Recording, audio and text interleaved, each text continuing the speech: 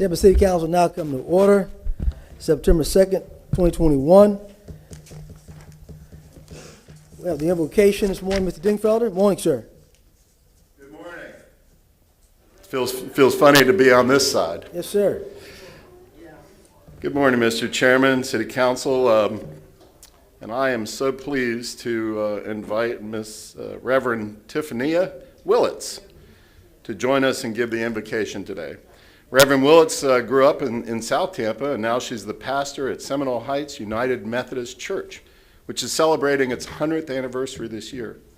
Pastor Willits has served there for the past 3 years. She has a passion for connecting the church and community, and during her time in Seminole Heights has worked with local schools, neighborhood organizations, and community leaders to develop relationships and partnerships throughout Seminole Heights and the city of Tampa to improve the lives of children and families.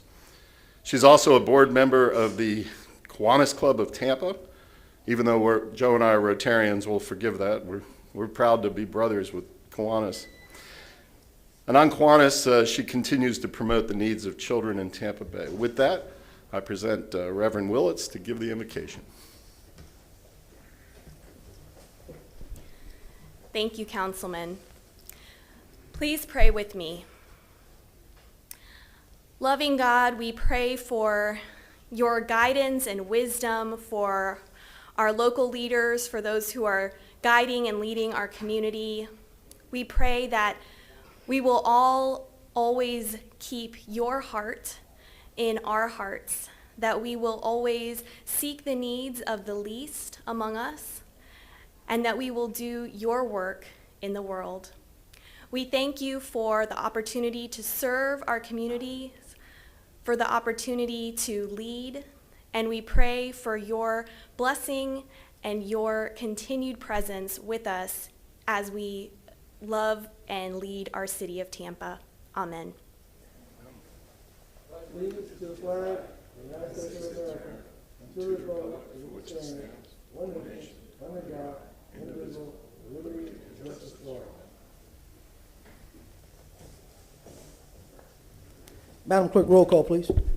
Carlson. Here. Maniscalco. Here. Dingfelder. Here. Citro. Here. Vieira. Miranda. Here. Goods. Here. We have a physical quorum. Thank you, Madam Clerk. Mr. Shelby, please. Yes, good morning, Mr. Chairman, members of City Council. Martin Shelby, City Council Attorney.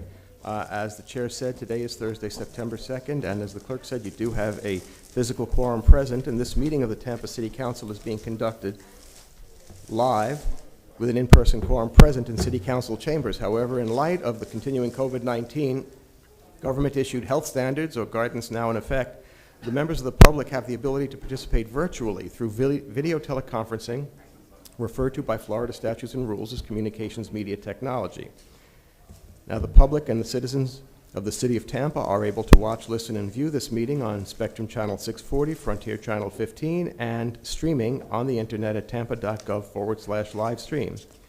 Now, members of the public have multiple alternative methods of communicating with City Council, such as sending in comments by the internet or web, comments by email, U.S. mail, and also to speak remotely during public comment using CMT. And that requires people to pre-register, and that information is available on the City Council's webpage at tampa.gov/City Council.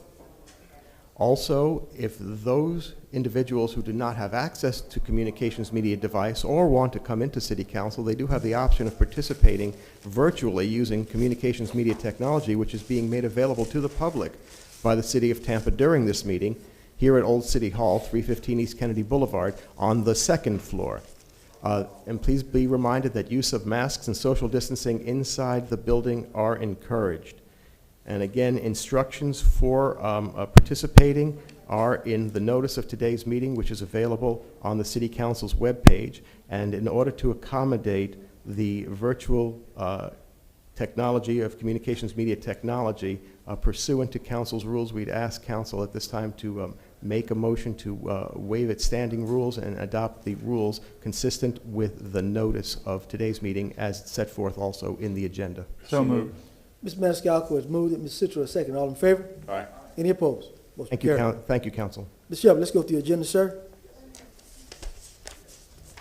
I don't believe we have an addendum, is that right? No, sir, Madam no Clerk? addendum, sir. I know item number 18, under Finance Committee is being pulled by Mr. Dingfelder. We'll put that under staff reports. Yes, sir. Item number 26, Mr. Chair, if you don't mind, you're recognized. I'd like to make a motion to continue file number 009-851-00092 till September 30th at 9 a.m. Is that for item 26, sir? That's item number 26, yes, sir. Okay, so Mr. Item Citro is, motion from Mr. Citro, second by Ms. Miranda. Item 26, Mr. Chairman, Yes, sir, item number 26.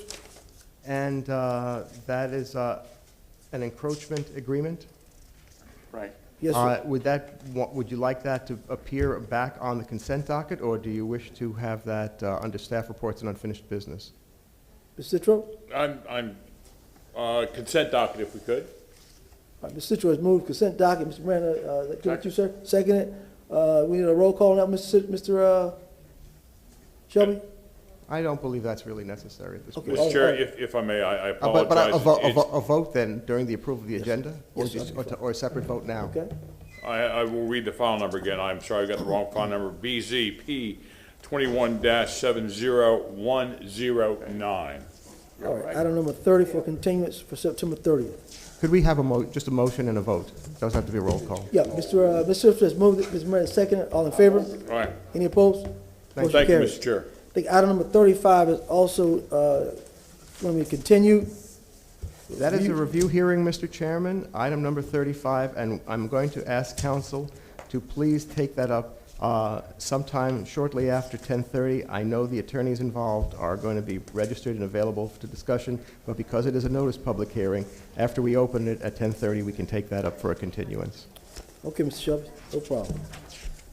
I think item number 41 for continuance for September 30th. Staff is asking. All right. We get approval of the agenda. Second. You're recognized, Madam Clerk.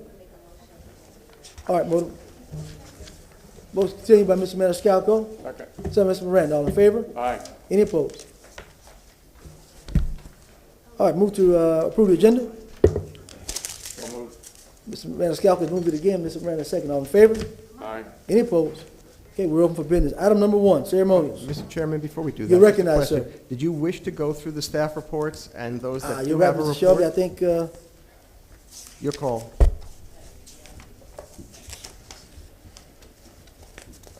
moving a little too fast. I know we have an update from the Chief of Staff Yes. on item 36.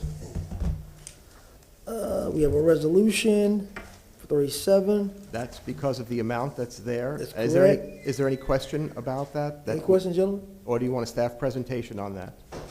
Any questions on item 37, gentlemen? All right. Item number 38, an Mr. Chairman, update. I'm sorry to interrupt. Is the answer to that, there's no questions or there's no No need questions for? on 37, correct? Correct.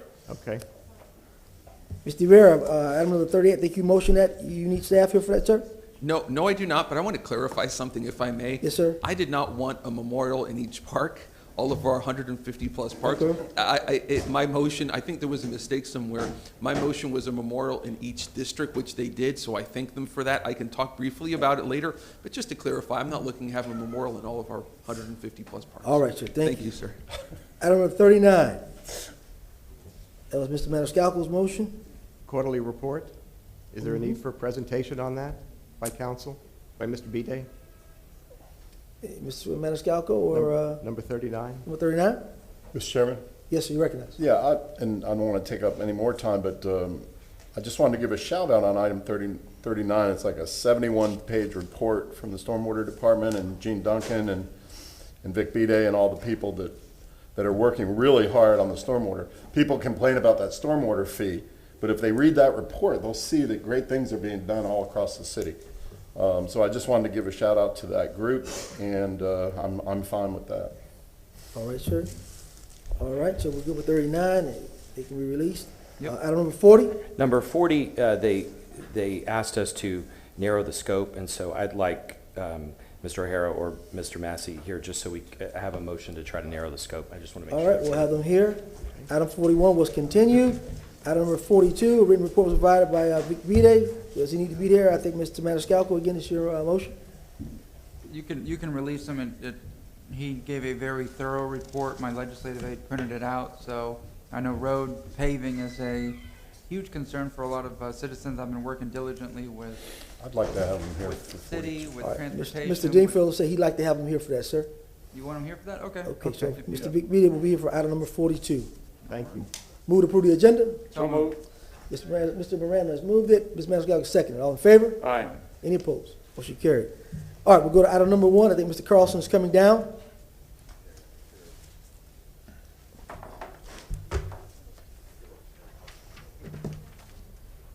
Mr. Chair, are we okay? Yes, sir. Great. I have the great privilege today to introduce Mr. Steve Swindle. He's the immediate past chair of the Port Tampa Bay, and I think he was chair for 4 years, but was on the board longer than that. And many people over many years thought that the port had even more potential than it has. The port says that they have $17 billion in economic impact, and they result in 85,000 jobs. The port really arguably is the top economic engine in our region. And Steve, with Paul Anderson, we have the CEO of the port here, and his team really stepped up in the last few years and transformed our port into something much bigger than it ever was before. And so I'd like to read this resolution. Tampa City Council wishes to award this commendation to Steve Swindle for its 13 years of service to the Tampa Port Authority, serving nearly 7 years. 7 or 4? 7 years as chairman. Sorry, I read it wrong online. During your time on the board, you oversaw implementation and completion of the port's strategic and master plans, safety and security upgrades, and several environmental projects improving the water quality of Tampa Bay and local marine life. As a result of your leadership, the port saw the commencement and historic growth of global container services, including direct weekly service between Asia and Tampa by China Ocean Shipping Company, CMA CGM, Maersk, Mediterranean Shipping Company, and Zim Integrated Shipping Services. Launch of new weekly container services to Mexico. The City of Tampa wishes to thank you for your dedication. And the container service thing is something that lots of port directors and lots of chairs were chasing over many years. And the combination of Steve and Paul and their team, they really aced this. And COVID set us back a little bit, but they're pushing really hard to grow it again. And I think, Paul, would you just like to say congratulations real fast? Thank you, Councilman. Thank you, council members. It's really a pleasure to be here to recognize, and thank you for recognizing. I've had the privilege to work with Steve as our board chair for the last 7 years. He's brought dynamic leadership. He's one of the most committed individuals to our maritime industry and the growth of our port. I am so thankful to have served under him in his stewardship of our port.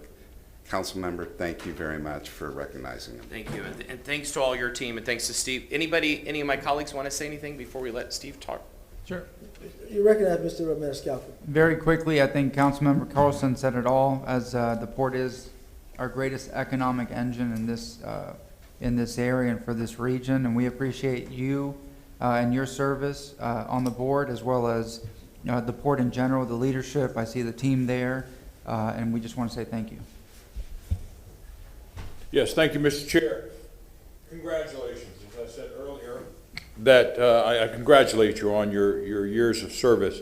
And I know through your leadership and those men behind you that as the city of Tampa evolves, so will the number one economic driver of this area. We are a port city, and the port of Tampa should be evolving just as much and just as quickly and growing as much as the city of Tampa. I thank you for all the work that you've done over the years. Thank you, sir. Mr. Vieira, you recognize. No, I just wanted to thank you all for all your work, and also wanted to give a good shout out to a gentleman who I had the great pleasure of meeting with y'all when I was first elected, who's now our Secretary of Commerce, Jamal Sowell, who's such a fine gentleman and nice guy. I saw him a couple weeks ago in Tallahassee, and he's a good person, and regardless of your politics, everybody can be proud of his life and what he's done. Thank you. Miranda? Steve, I've known you when I had curls. And not you, you still look young. But I want to thank you for the many years of service, not only as the leader and the chair of your board, but as a worker behind the scenes doing everything you can to make not only the port better, but Tampa, your city, better. We want to thank you, all of us, all 400,000 people live here, you and your board members behind you, and everyone who works in the port. Thank you for the great job you've all done. Thank you very much. Mr. Dingfelder, you recognize. Steve, it was great catching up with you this morning earlier. You know, it's funny, over the years, I've just seen your name pop up in so many different contexts of service around our community. And like our fathers, as Rotarians, we continue, and you continue to serve our community in so many different ways. The port appreciates it, but we, City Council, appreciate it greatly. Thank you. And again, thank you for all your work. And again, Mr. Carlson, thank you for bringing this gentleman before us so we can recognize those who have done a great work in the city of Tampa. And again, thank you, sir. And I will give this to you. Thank you so much. We don't often get to say thank you to the volunteer leadership of organizations like this, but thank you, Steve. Thank you, Bill. Thank you so much. And thanks for your time today. I know you have a very busy schedule, so keep it brief. Just a little background. I was appointed by 3 different governors and sat on the board with 3 different Tampa mayors to give you an idea of my longevity. I started out in 2008 with a global recession and ended in 2020-21 with a global pandemic, resulting in a loss of 20% of our revenues overnight due to the loss of the cruise industry. But the strength of our port is diversity. We have one of the most diverse ports in America. We all know about phosphate. We grew up with phosphate, fertilizer-related products. But additionally, we have lumber and steel and rock. We just started bringing in refrigerated vegetables and pineapples on a weekly basis by Dole coming in through Central America once a week. And of course, as Bill alluded to, our crowning achievement was getting the largest global carriers in the world to come to Tampa, and it has put Tampa on the global logistics map forever. A lot of people said this couldn't be done. We had people in the industry that said Tampa will never, ever be a container port. It's just a bulk port, and it will always be. As you know, 40% of the petroleum refined products come through Port Tampa Bay. It's a large part of our business. But we felt the need to continue the diversification, and we were successful because of the team behind me, who Paul assembled, who had a can-do attitude. They would say, why not? Why not be a container port? Well, we're there, and it's been a remarkable transformation. But thank you again. I've really enjoyed giving back to the port community, which has been so good to me and to my family through the years. And thank you again for this commendation. Appreciate it. Thank you, sir. Thank you, Mr. Chair.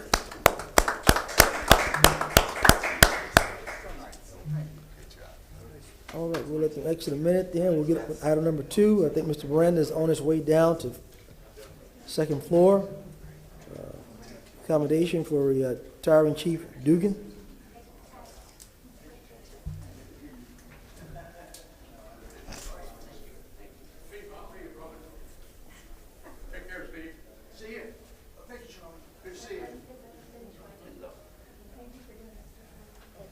All right, there's Mr. Miranda.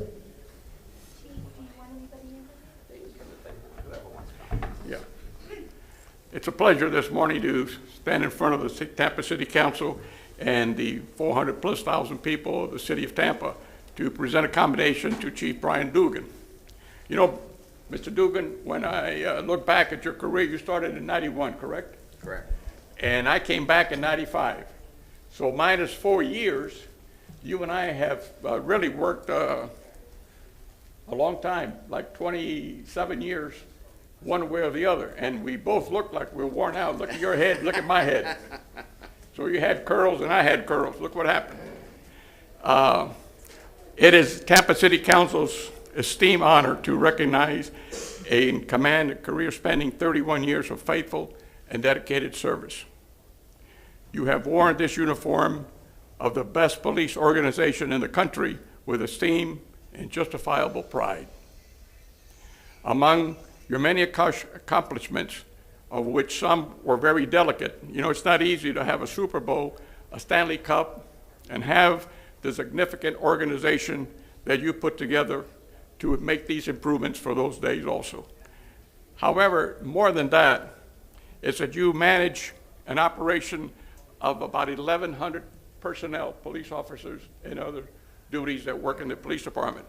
That is very difficult to do, because among those things, not only do you have the shifts, the commanders, the people that do other work that the people don't even recognize because it's 24/7. Your passionate focuses on the community engagement and interaction, as well as cultivating relationships in our communities that help reduce crime, and the people that live in the city of Tampa have an understanding, a better understanding of what police work is on a day-to-day basis. This is a job that entails a lot more than just wearing a badge. You got to be from a preacher to a doctor to a police officer to a psychiatrist there's so many things going on in any city, not only in the city of Tampa, that it's something that you have to be born with the idea that you're going to be helpful, that you're going to make the contacts that are necessary to make the city in which you live a better place to live, and you've certainly done that. I have dealt with many police chiefs, and you rank up there with the best of them. In fact, all of you were just as good as yourself. They all had different personalities. They all had a different way of presenting themselves. But at the end of the day, they all had one thing in common. They wanted to make the city of Tampa a safer, better community than when they found and became police chief. Thank you for your services of your 31 years. The city of Tampa is very appreciative of you. Your organization thanks you. The city council thanks you. And you're one hell of a guy. Thank you very much. Thank you. Appreciate it. And here's your commendation, Chief, signed by all 7 city council members. Alrighty. Thank you. I appreciate that.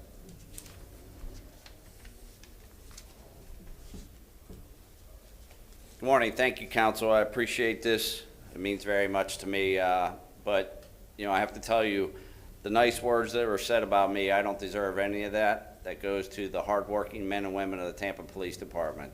You know, they're the reason why I made chief, because of their hard work and everything that they do out there on the streets of Tampa and keeping everyone safe. So I appreciate the kind words, but again, it's the men and women of the police department who really deserve the credit, and they're the ones who get everything done. So thank you. Mr. Vieira, you're recognized, sir. Thank you, Mr. Chairman. I appreciate that. Thank you, Councilman Miranda, for that, sir. We appreciate that. Chief Dugan, we just want to all thank you for your many years of service, over 30 years. When you started with Tampa Police Department, I was about my son's age right now. And I don't say that, obviously, to say that anybody's old or anything, just to say that it's a long time. It's a very, very long time. That's many, many years of service. You would have started in 1991, 90 more or less, whatever that may be.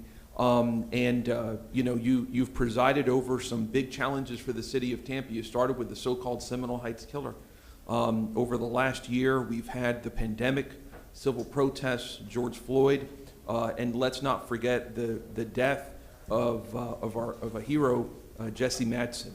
You had to play the role of comforter in chief on that, something that a lot of people shouldn't forget about. I remember, Chief, something that always stuck with me that I was very touched by, and you may remember this, maybe you don't, but was at the funeral of Jesse Madsen, when you had a lot of police officers behind you, you had a lot in front of you, and you talked about the difficult time that we've had in the city over the last year and a half, including civil protests, COVID, so many police officers being out, as well as firefighters or first responders due to COVID.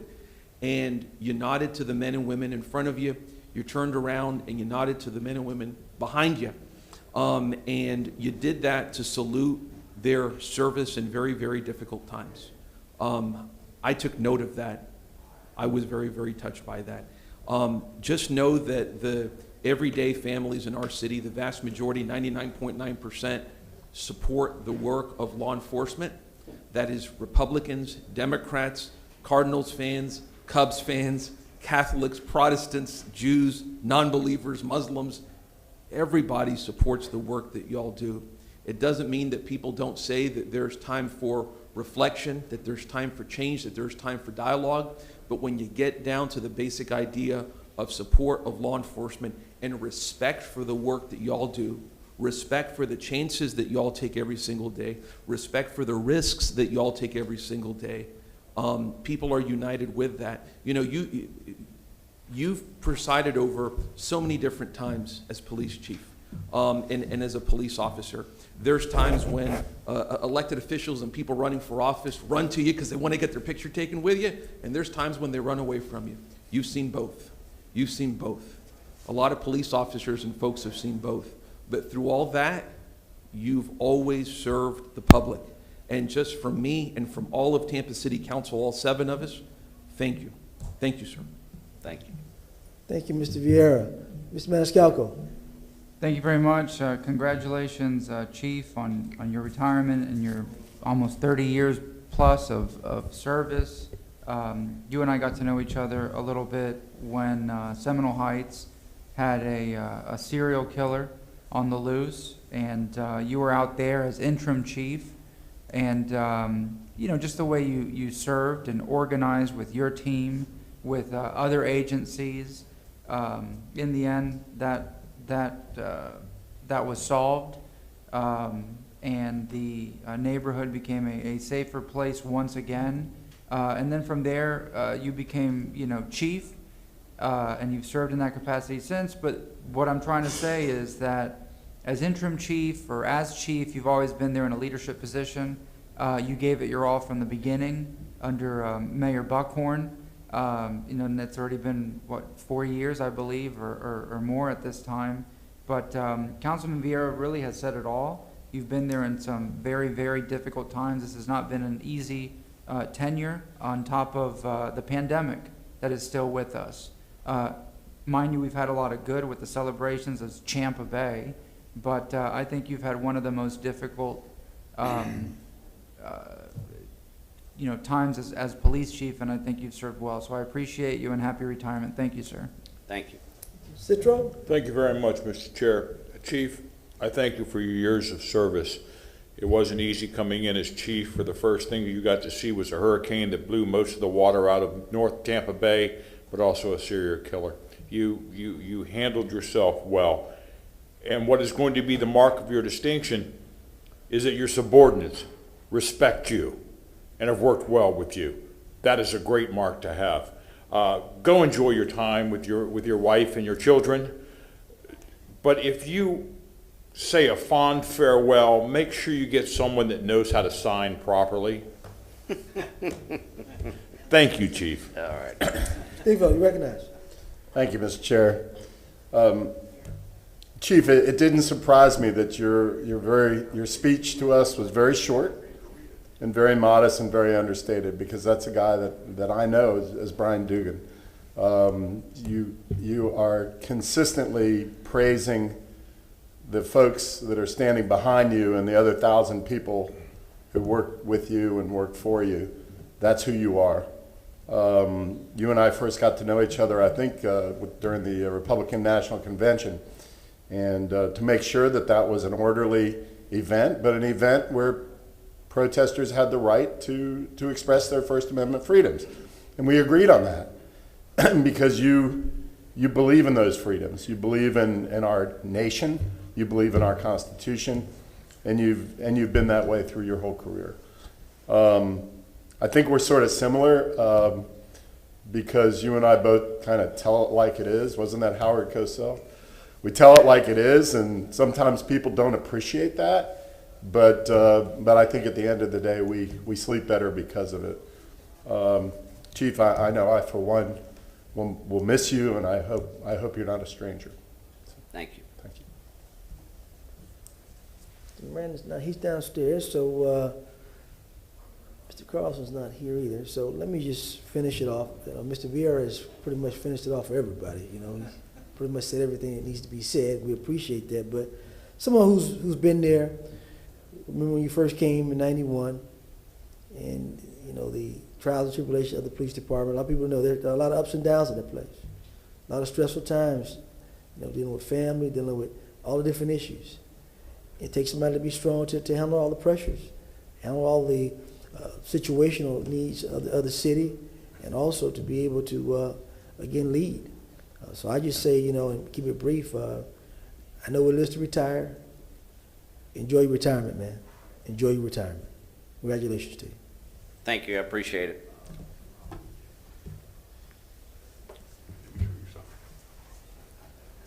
All right, item number 3 is coming up. If I may say so, if I may, Mr. Chair. Yes, sir, yes, sir. Councilman Dingfelder's right. Both of y'all do tell it like it is. And that's a compliment.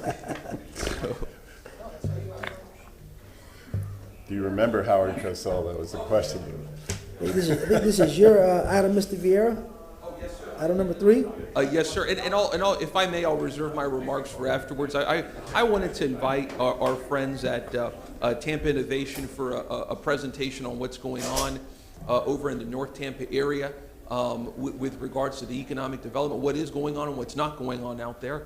And there's a lot of good things that are happening out there right now. And I wanted to invite Tampa Innovation just to do a presentation, a brief counsel on these things, because this is something you may not always see it out there, but you know, great things are really, really happening out there, and we should all be proud of that. So I'll speak after, but thank you, sir. All right, who we have from there? Okay, they're on there. Okay, here we go. Hello, Chairman. Good morning, Council. It's great to be with you this morning. I really want to thank you for giving us time on a busy City Council agenda to come and give you an update on what's going on in the Uptown area. I do want to start by thanking you for your support and commitment to Tampa's Uptown. And the Tampa City staff have been at the ready and to advise throughout the process. And I particularly want to recognize Rob Rosner for his attention, his participation in the working group for the strategic action planning process. If I could share my screen, I've got a few slides I'd like to show. They're not pretty, but a lot better than looking at me for the next few minutes. So do I have permission to share that? Yes. Here. Maybe I have to put it here.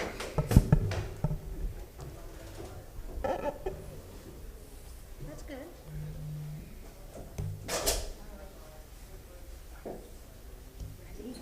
Having a little bit of trouble getting to the start slideshow window because it's blocked. We can see it now. Okay, here we go. Sorry about that. No problem.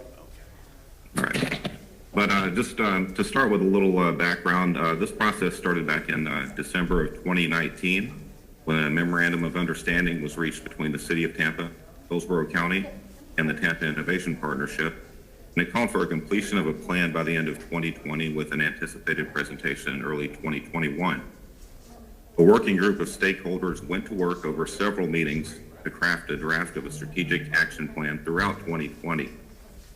One of the first things that the working group did was to look at about 24 existing plans examining various aspects of the area, and they reviewed those plans and recommendations from the plans and considered those in the Uptown Strategic Action Plan.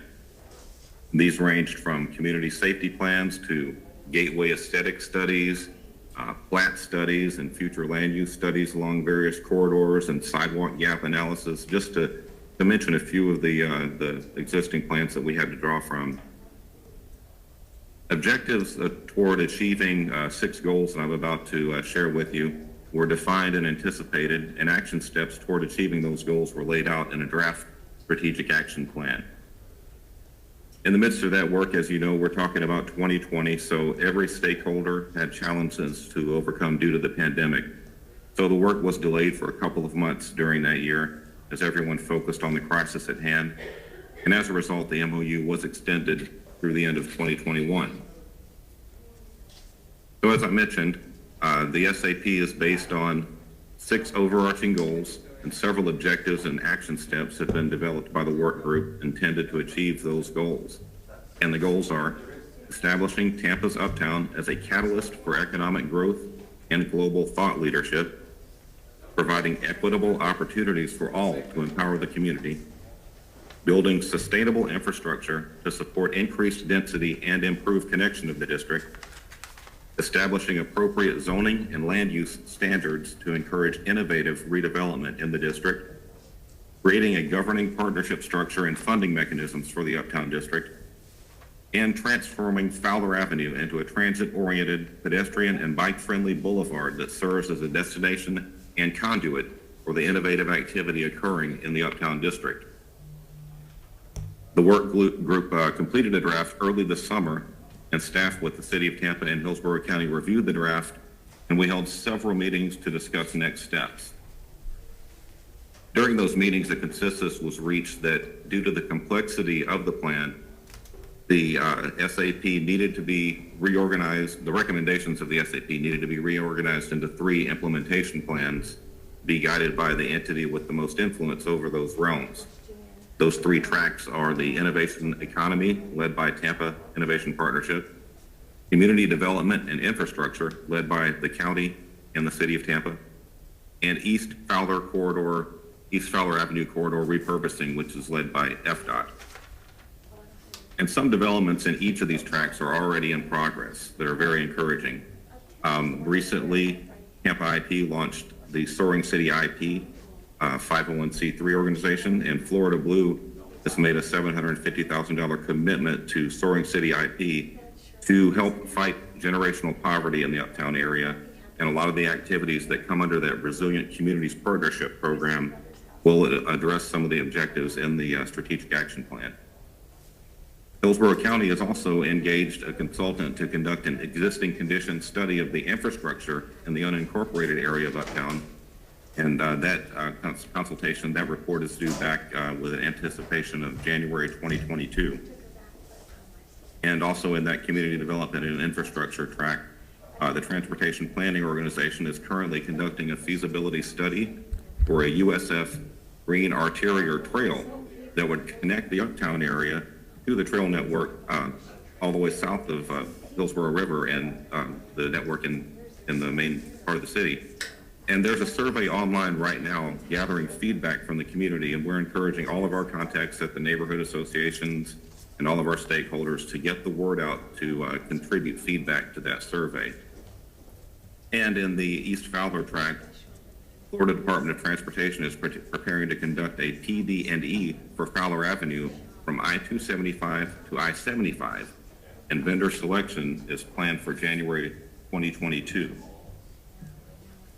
So key next steps, the reorganization and revisions to the Strategic Action Plan draft have been shared with the working group for review, and they're looking at that individually right now, and we're working to schedule that group to reconvene for discussion and approval of that SAP document.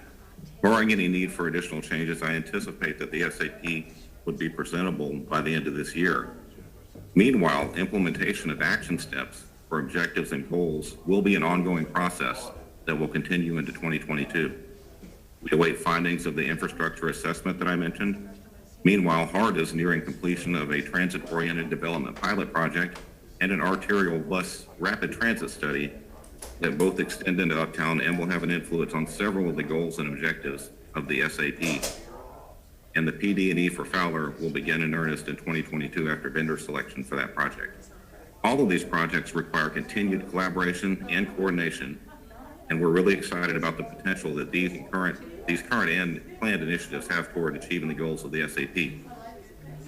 This planning process has been constructive and productive, and we wouldn't be here without your support, your staff's engagement, along with that of Hillsborough County's board and staff, and the representatives of the many stakeholders in Tampa's Uptown. And I can stop sharing my screen now. Hopefully that concludes the update. All right.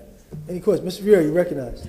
Thank you very much, Mr. Chair. Eddie, thank you for that. I appreciate it a great deal. You know, whenever I talk to communities in North Tampa area, whether it's Terrace Park or Copeland Park and others, one of the big questions that I always get is on this project and what's going on with it. Just last night, I was speaking to our friends at Copeland Park, and this issue came up, and I was able to give them a briefing, in part based on your presentation that I saw over here, and I really appreciate all the work that you do, Eddie, and all the work that Mark Sharp and Eric and everybody else does there. You know, this is something that you guys handle with vigor. And Mark, I always have such a soft spot for Mark Sharp. I always joke with him that my first campaign that I volunteered for as a kid at 18 was his campaign, except I was on the other side.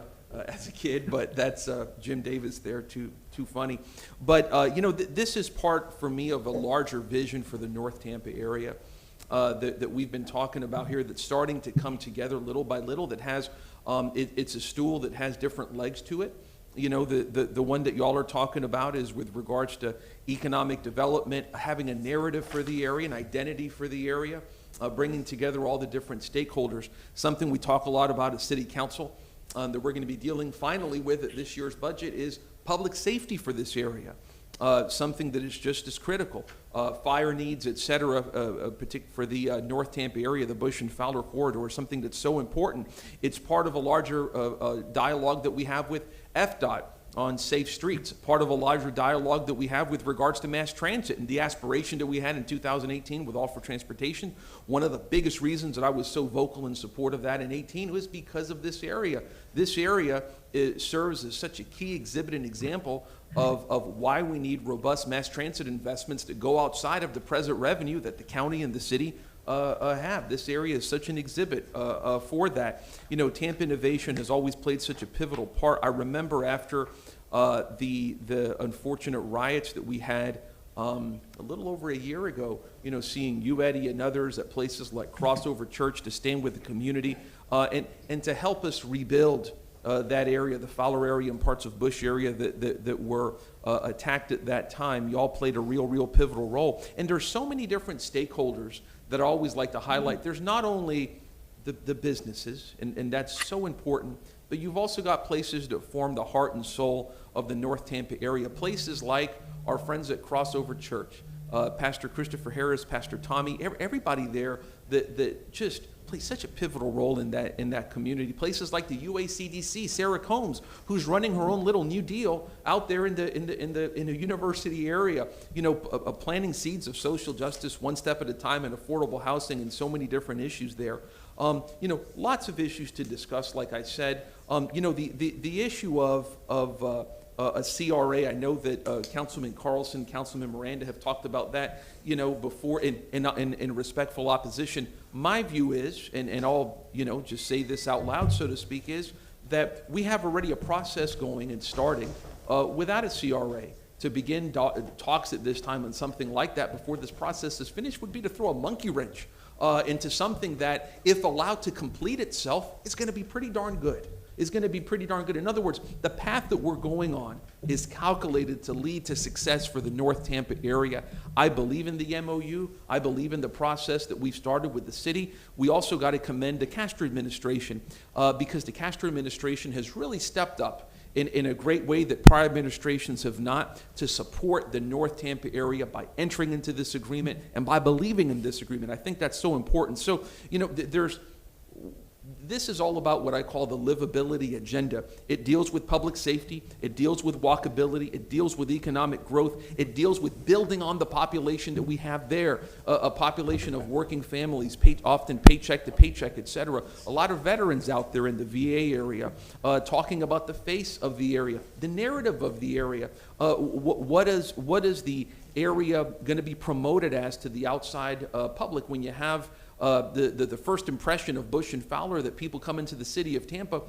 What does that say about us when we have, in prior terms, abandoned that area, I think, in so many ways whenever it comes to local government? So there's a lot of different things. I'll be making a motion for y'all to come back with additional information, because we need to, when motion time comes, we need to continue, and I'm cut off, the gong. So we need to continue, and I need to shut up. Go ahead. Thank you, Mr. Vieira. Mr. Carlson, you recognize. No, I think this is one of the most important projects happening in Tampa, and I thank Councilmember Vieira for bringing them in. I personally, and through my company, have been sponsoring their efforts going back since the beginning of this iteration, 6 or 8 years ago. I believe strongly in developing this in the right way. What does it mean for people in South Tampa? There are a lot of people at South Tampa that work at Moffitt, that work at USF, and work at the other businesses around. There are people that go to doctors up in that area. There are artists who interact with the activities going on up in that area, and technology workers that work up there. And so I think this area is vital for connectivity for the whole city. And what we've really been doing is looking for economic engines, like we talked about the port a little while ago and the tremendous advancements it's made. But this area has tremendous opportunity to be an engine of growth for our entire city and our region. Many people over the years have talked about how USF, because it in the beginning anyway, seemed so far away, and it seemed, I don't know if you'll remember, but it seemed like it had limitless land. Now it seems like they're using up most of the land. But because it was far away, or seemed far away, people always wondered about the connectivity and benefit to the community.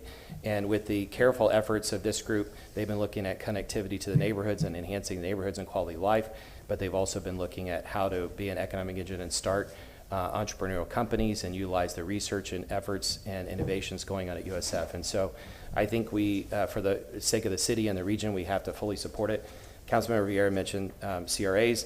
I talked to Rob Rosner and other folks, Mark Sharp and others around it, and it seems like there are a lot of other tools that can be used, and Rob has some really good ideas on incentives and other programs that would require a CRA, and I would be in favor of supporting those if we can help energize this project and energize what's happening, because it's just so vitally important to our region. Thank you.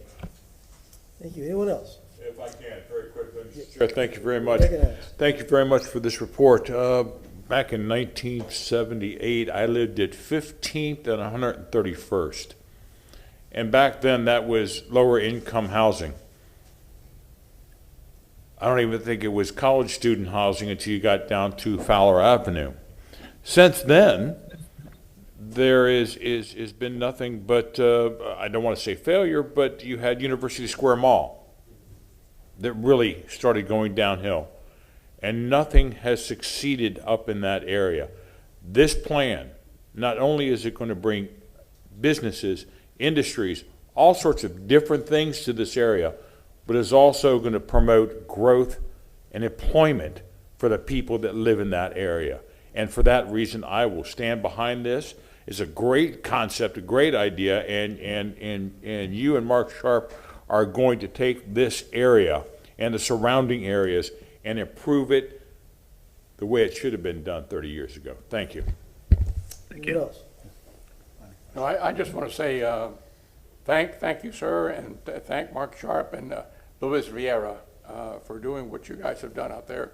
He's a council member in that district, and when you first drive into Tampa, if you don't fly in, more than likely you're going to drive in through the I-75 corridor. And that leads you right to the exits, and there's 2 or 3 exits that touch this area. And there's already been some commitments and rezonings done by this council to allow different changes to happen, to enhance what's already happening there. Thanks for the Department of Transportation for already working and starting their progress to make it look a little different. But when you look at, and the malls were mentioned, and let's face reality, time changes, and I'm not going to speak as long as Mr. Vieira, but I'm going to take a couple of more minutes to explain the malls. If I did, I'd be wore out. But let me just say this. It used to be downtown in Ybor City that was the only 2 hubs you could buy any type of goods. And you had some neighborhood that had some other stuff in it. Then you had 2 malls open, Northgate and Britton Plaza. What happened to downtown in Ybor City? They sunk because people wanted a new outlets, a new thing, something different. All of a sudden, then you have the West Shore Indoor Mall. The others were all outdoor. And then you had another mall and another mall, indoor. What happened to the ones at Northgate and the one at Britton Plaza? They sunk down a little bit. They've come back, don't get me wrong. However, now you have a different thing called stay home, have your meals delivered, have your groceries delivered, have your tires delivered, have anything you want delivered to your house by Amazon and others. So now you have a squeeze on the malls, and they're changing their mode of operation to be more conventional all within. So what happened at your mall is no different that's happening now at the other malls. So you're going to get better because you want to get better, because the individuals that are there now have taken steps forward, not backwards, but forward, to make sure that this process continues on the right way. And as you well know, I don't have to tell you, most of the people that move in from here drive through 75 coming this way. They come from New York and mostly the New England states, some from Michigan, some from Ohio, and so forth. And the first thing they see if they exit is the location where all of you are talking about. And yes, you have a catalyst there called Busch Gardens, and that attracts a lot of people. And also, that house will be like what you fellows are doing, improving, because that is the first contact that they have with the city of Tampa. And the first taste of the food when you go out to eat is not the food that you taste, it's the food that you look at that looks good or doesn't look too good.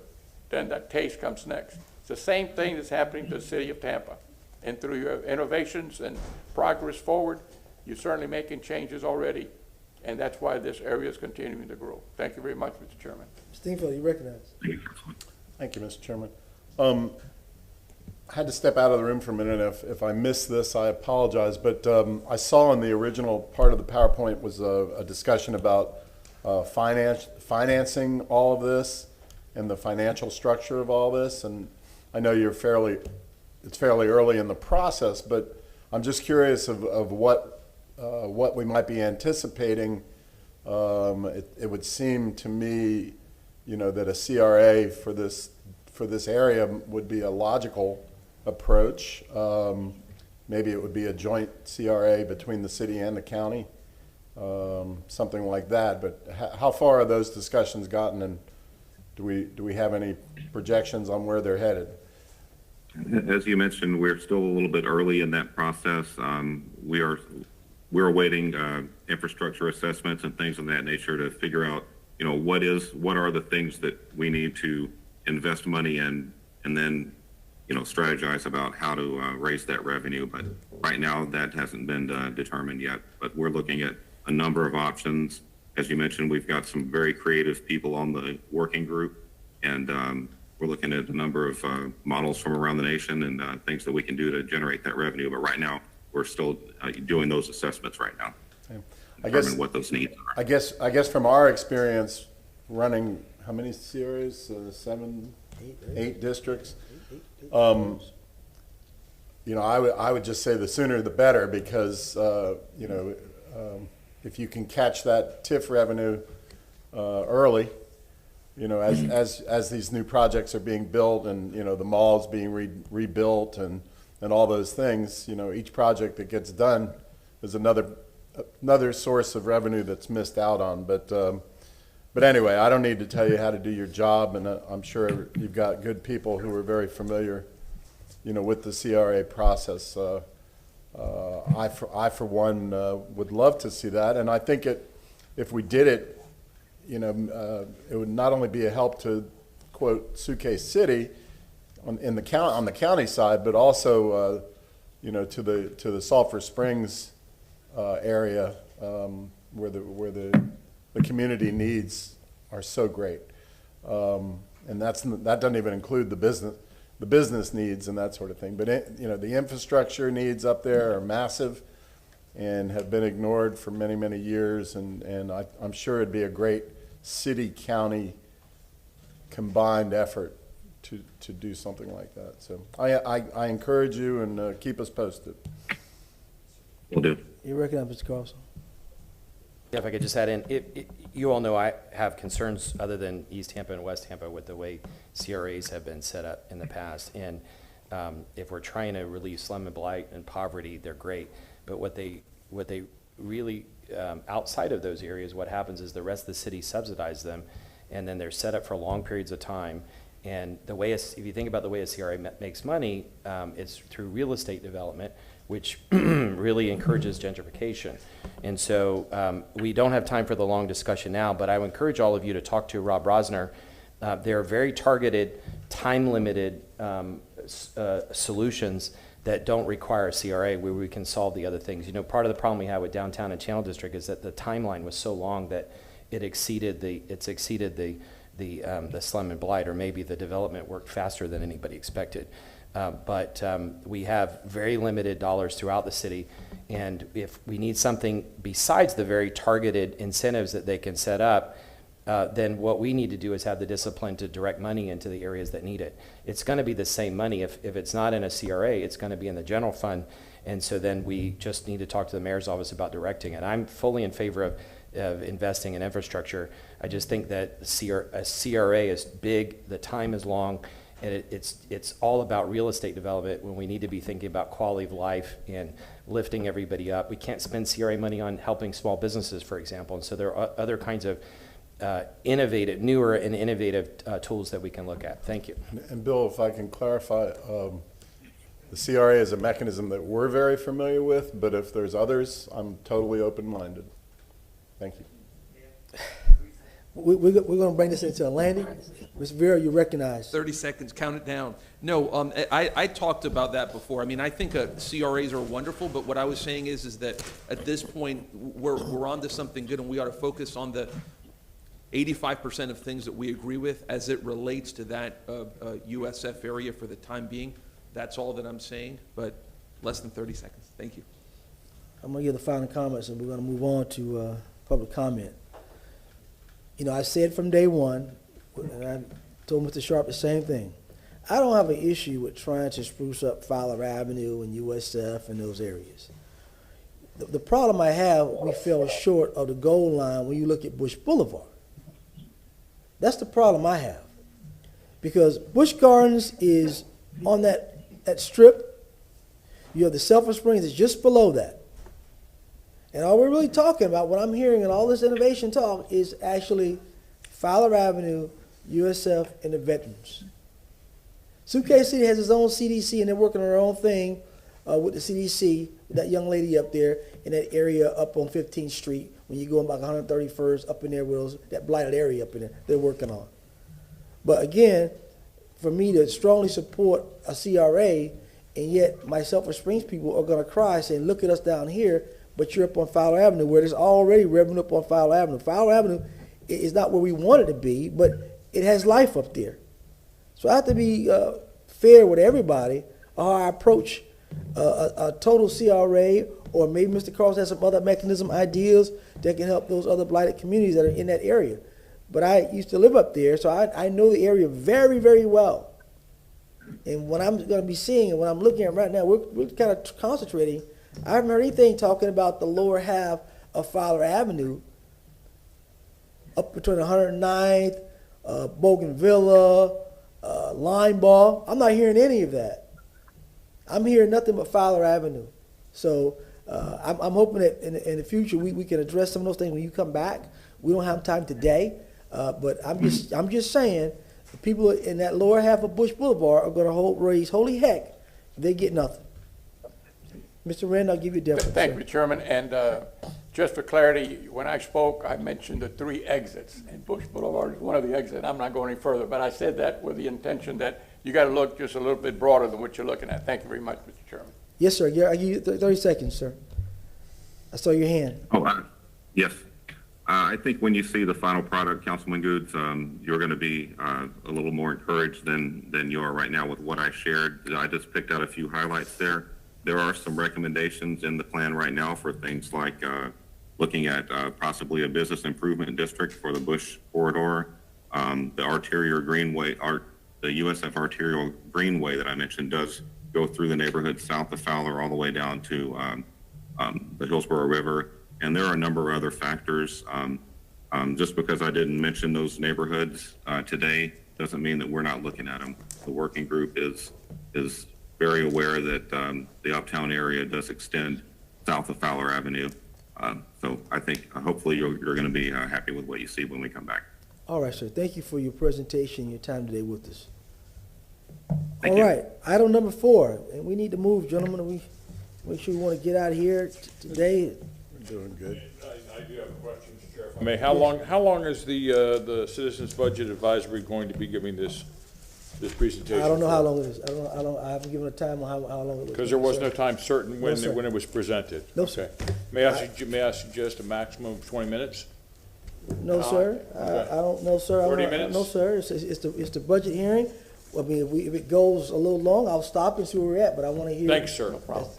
What their job is. So if we say it's still too long, we think it's just a lot of fluff, then we'll cut off and we'll move on. But I don't want to, I mean, we did a whole workshop on the budget on a special call meeting. So let's be fair to those folks that did the work. And no one's being unfair, and that special call meeting started a little late too, so. Yes, sir, you're absolutely It right. started very late. You're right. Thank you. All right, Mr. Johnson, I think you and your committee's up. Again, we're gonna let you go. If we think it's gonna get too long-winded, we'll let you know and may have to cut it off.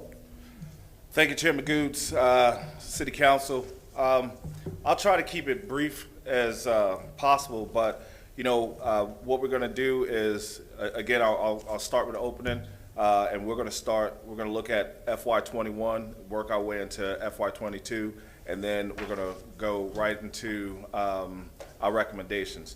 Again, I'll start out as I do every year and recognize my committee members. Excuse me, I think I'm a little too tall for the camera here. But I want to recognize Vice Chair Craig Newman, who was appointed by Mr. Carlson, Councilman Carlson. I want to recognize Mr. Scaglione, who was appointed by Councilman Miranda. I want to recognize Joe Farrell, who was appointed by Councilman Vieira. Recognize Stephanie Porter, who was appointed by Councilman Dienfelder, and recognize Mr. Michael Florno, who was appointed by Councilman Maniscalco. So with that, Excuse me, Mr. Chair, I apologize. and Nicholas Glover, appointed by yourself, Mr. Citro.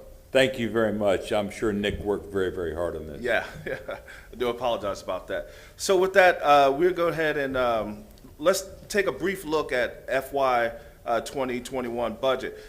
Last year, during our August 20th presentation, Councilman Carlson, he had a question, and his question was, are there areas of opportunity to save in the budget? Well, with that, we went back and we took a look at the budgets from FY18, FY19, and FY20. And in doing so, we found $17 million that could have been saved and placed into the reserves. Well, that didn't happen because we presented at the last minute, right? So with that, we looked at contractual services, we looked at other services and charges.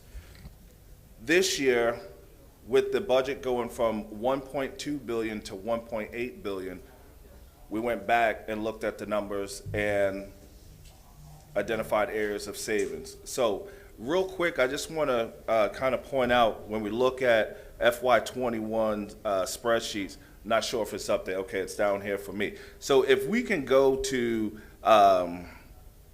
the total department, which is page number 4. Okay, so as you can see, FY18 contractual services, they use $16.5 million. FY19, they use 18 million. FY20, they use 22 million. And FY21, they use 19 million. Then you jump over and you look at other services and charges. They use 35 million, 34 million, 36 million, and then 34 million. Let's go to the police department, page 5. And I'll tell you where I'm going with this because it's going to lead up into FY21. So I'm just kind of give you a quick synopsis of where we're headed. So if we look at the police department, not looking at contractual services, let's look at other services and charges. 8.3 million, 7.1 million, 8.1 million, 9.6. This has been a rolling theme with all the departments, not just PD, not just fire. So there is really no explanation as to what this money is. When I look at this money, I say, okay, it's unaccounted for. It's not really allocated line item to any specific area. So it's what I call a slush fund. So if we can now go over to FY22 budget.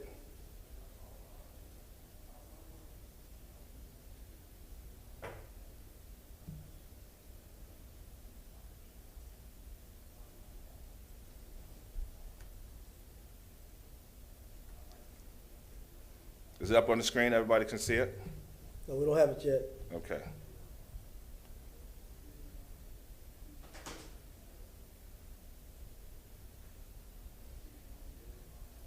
IT, is that on our end? Oh, here it is. And I'm going to work from my iPad here in front of me. So we're going to go to page 3. We're going to look at City of Tampa net budget and the general fund. So FY19, we're at $1 billion. FY20, we stayed around $1 billion. FY21, we went up $1.2 billion. FY22, we're at $1.8 billion. Let's go over to slide number 4, please.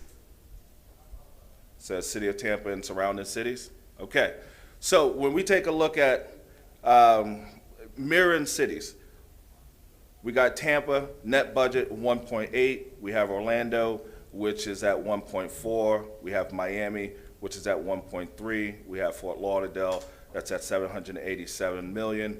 We have St. Pete, which is at 710 million. The general funds, of course, 483 million.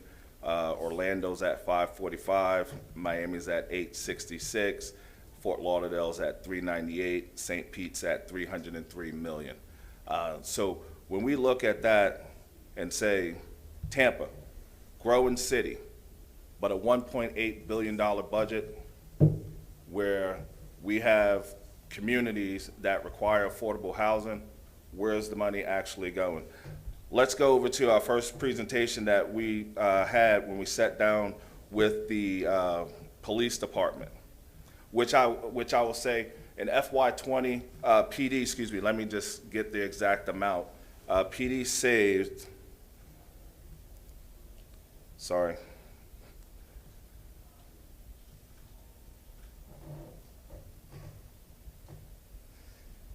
For FY20, according to my office budget analyst, PD Police Department saves a total of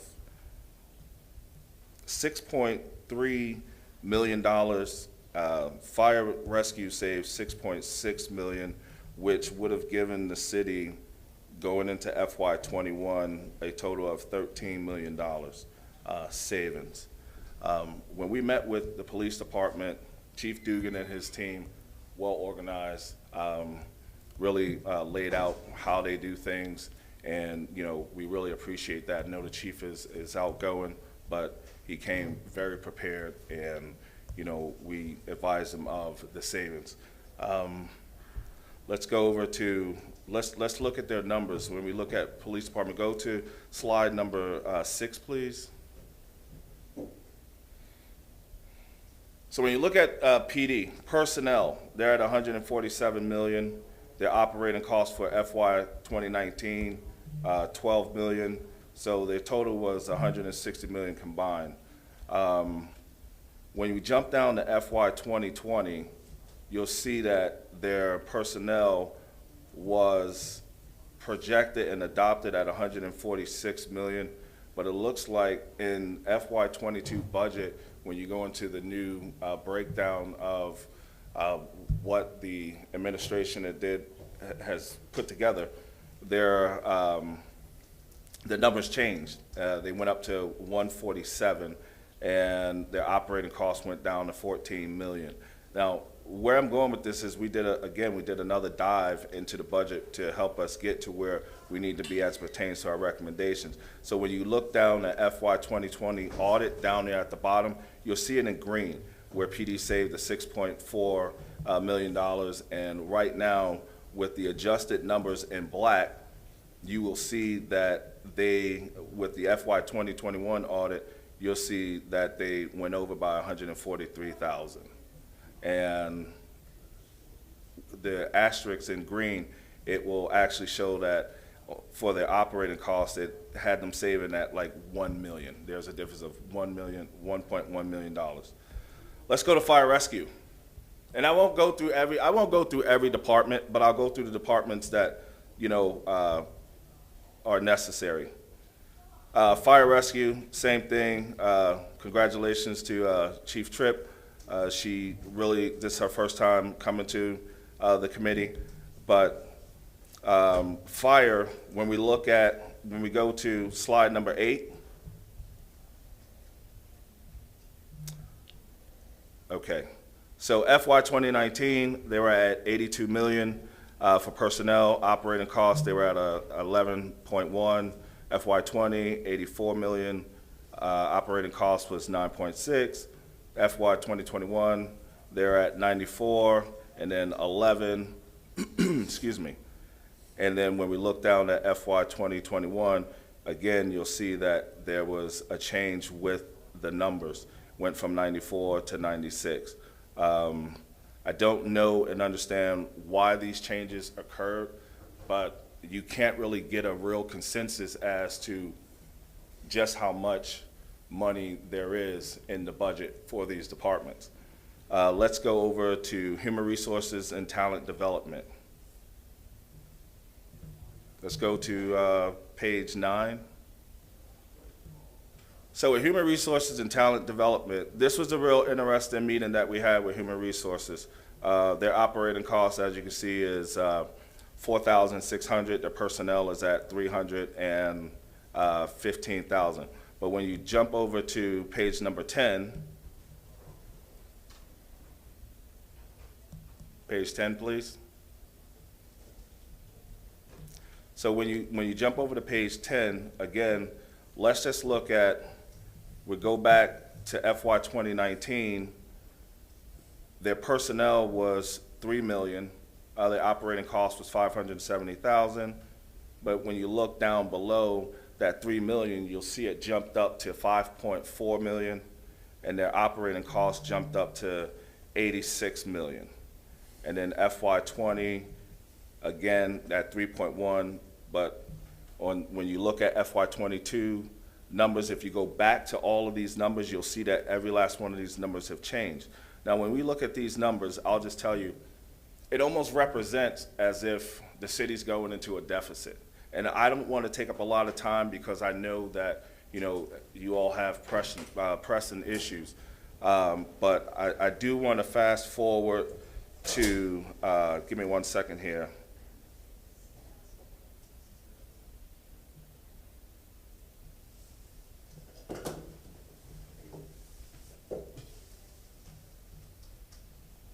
Just bear with me, sorry, I'm just trying to get to, we didn't buy departments and by administrators, so I'm trying to get over to where we really want to hone in on.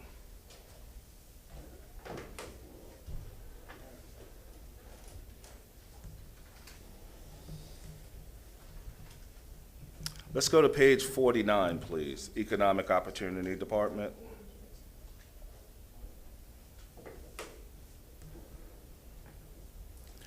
So you have a lot of newly created departments, and you have a lot of departments that have merged. So with all the new mergers and consolidations that have taken place under this administration, you now have a pooled budget and operating costs. So when we look at the Economic Opportunity Department, let's go over to page 50. The common theme here with all these departments is if they projected a number and then they adopted a budget, somehow they went back and they changed. So we really don't have a real census of just how much money the city has, the department has, to justify the $1.8 billion budget. There's one other department, Development and Growth Management Department. Let's go over to slide 51. Again, as you see, when the departments came to meet with us, this is what they presented, these pie charts. These pie charts really don't give you much information to identify just exactly where the departments are as it pertains to spending. If you go over to page 52, excuse me if I feel a little dreary, I've been traveling like all night to get back. I thought we were doing this at 5:01. So if I seem a little off, and a little jet lag. Let's look at FY 2019. They had no budget because this department did not exist. But somewhere there's $6.7 million $6.7 million slated for FY 2019. Their operating cost, $487,000. If you go down to FY 2020, $7 million. You look at their operating cost, $491,000. Projected for FY 21, $6.3 million. Operating, $538,000. If you go down to FY 22, they're projecting 7.1, and their operating cost is $766,000. Now let's go to page 53. Housing and Community Development Division. Again, their operating costs, $161,000, and personnel is $1.34. That's what the administration presented to us when they came before our committee. Let's go to page 54, please. As you can see, housing has no numbers to report. Except for FY 21, they adopted 1.3 million, and they adopted 161,000 for operating costs. So let's jump over to our recommendation, please.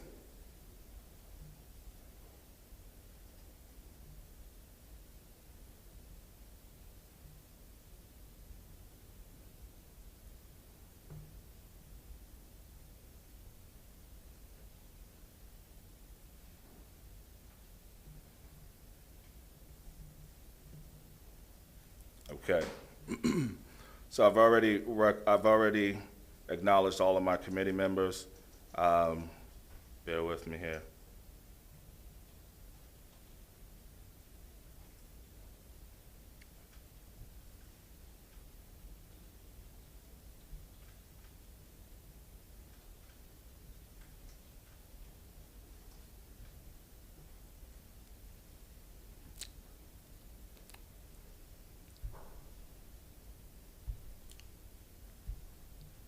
All right, so let's go over to page 4.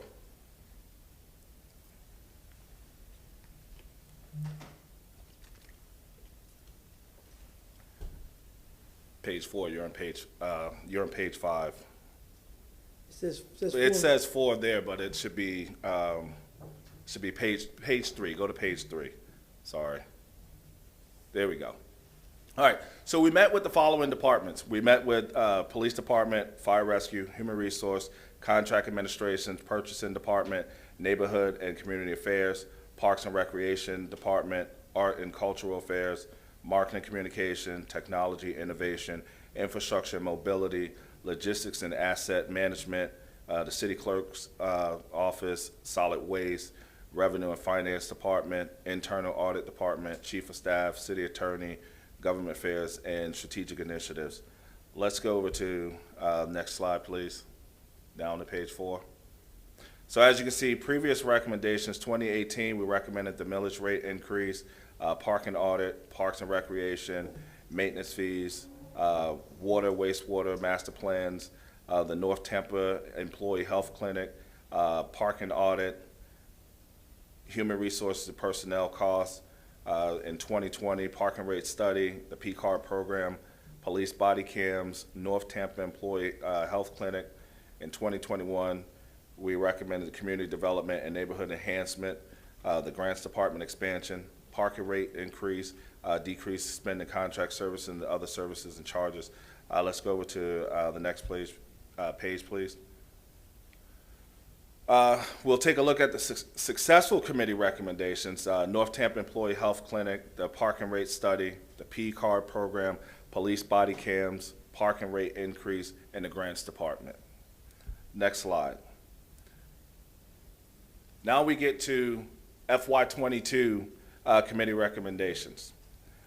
We're looking at an increase in budget for affordable housing, increase of city council's budget, additional funds for fleet upgrade, review of all city contracts, internal audit department expansion, housing department to become a standalone department with a $3 million for personnel and $1.5 million for operating budget, and also expanding the CBFC as a complete finance oversight committee. Next slide, please. So now with all these recommendations that we just laid out, What we did as a committee, we took a look at various departments. And again, you see that area of other services and charges. Other services and charges, again, is what I refer to as a slush fund. It's a rainy day fund. So what we did was we looked at each department and we looked at what their rolling average was over a 3-year span from 2019 to 2021. We even went as far back as 2018 prior year, but we looked at what they were averaging. So in looking at what they were averaging, we said, you know what, they can do more with less because they're really not spending all of this money because this money is just constantly rolling over. So in order to give affordable housing $4 million, we looked at the departments that had the highest number of other services and charges. So for PD, we pulled $3 million from TPDs, from their other services and charges. Fire rescue, we pulled $2 million. For human resources, we pulled $1.7 million. Contract services, for contracts, we pulled $182,000. Neighborhoods, we took $1.6 million. Parks and Rec, we took 1.1. Marketing, we took 51. Technology, we took 2.5. Logistics and asset management, we took 3,000. Facilities, 1.8. Revenue and finance, 26,000. Chief of staff, 3,000. The city attorney, 11,000. Conventions, we took 3.5. Planning and development, 113. Development and economic opportunity, 15,000. Equal business opportunity, 17,000. We took this and we allocated, we came up with a total of $16 million, 16.1. And we decided with that 16 million that we would recommend to council that 4 million of that goes towards affordable housing. 1 million goes towards city council. Now, why are we looking to increase city council's budget? The city's expanding, it's growing, which means that there's greater responsibility that is on the horizon. You have one legislative aide. There needs to be more support staff. There needs to be, you know, a greater dedicated workspace that's a little larger where everybody can move about. We looked at 4.5 million for the housing department. As I said, 3 million for personnel, 1.5 for operating costs. Why? Because they're going to be able to manage all these programs as it pertains to affordable housing. They need to be their own standalone department. In order for affordable housing to really be instituted and properly managed, it needs to be its own standalone apartment. The city is growing. It's growing exponentially, and rental rates are going up, and then you have the lower half who have nowhere to go. They can go out to the county, but they're dealing with landlords that, that are, you know, they're substandard. They don't keep up with the property. It's ran down. So if there's an opportunity for us to provide affordable housing for those who are in need, let's do it. We looked at 4 million for fleet upgrades. When you look at TPD, glad to see some vehicles are being upgraded. When you look at, you know, code enforcement vehicles, when we look at, you know, fire rescue, you know, they need cars, they need engines. We need to start doing this and not just wait on the community investment tax, but if we have the money here in the budget, why not use it? Let's allocate it the right way. And then we gave 2.6 million for additional staff for departments that are in need, that really need it. Okay, so that's where the $16 million came from, and those are the departments in the areas that we're looking to allocate those funds to. Again, if you go over to page 9, it gives you a breakdown of why we look to increase the city council's budget, because people probably will say, why do we need to increase city council's budget? There's a lot of work that needs to be done. We need to have a well-balanced body of government, not just the administration, but also on the council that represent the districts that makes up this city. One of the other things that we are strongly recommending and urging that the council really take a look at is hiring of a budget analyst to work with the CBFC, the Citizen Budget and Finance Committee. because you all receive this budget that comes from the administration, and because of your schedule, you don't have time to go through it. So you need someone dedicated on a daily basis that's constantly monitoring the money, that's monitoring the dollars, where they're going, where they're earmarked for. Are we really seeing these projects through? What are the starts and what are the finishes, right? It seemed like there's just a lot of rollover and there's really not a lot of accountability. So that's where that budget analyst comes into place for city council. We've already talked about the expansion of your workspace. Why the expansion of the workspace? Well, if you approve and if the administration agrees to it, then there will be an assistant to the legislative aid, and both of them can tackle issues that come about from your constituents. That's where we're looking at. And then there's an additional $550,000 that's going to be slated for additional personnel if needed. Doesn't have to be used at the same time, but the budget needs to be expanded a little more. Let's go to page 10. Again, let's look, there we go, sorry. Community development and neighborhood enhancements. We talked about this last year. We're going to talk about it again this year. There's a lot of programs in the city that can help, people in East Tampa, that can help people in South Tampa, west of Gandy, that want to become homeowners. They don't know how to become homeowners. They go out, they work, but they just don't qualify because they don't know how to put their finances together.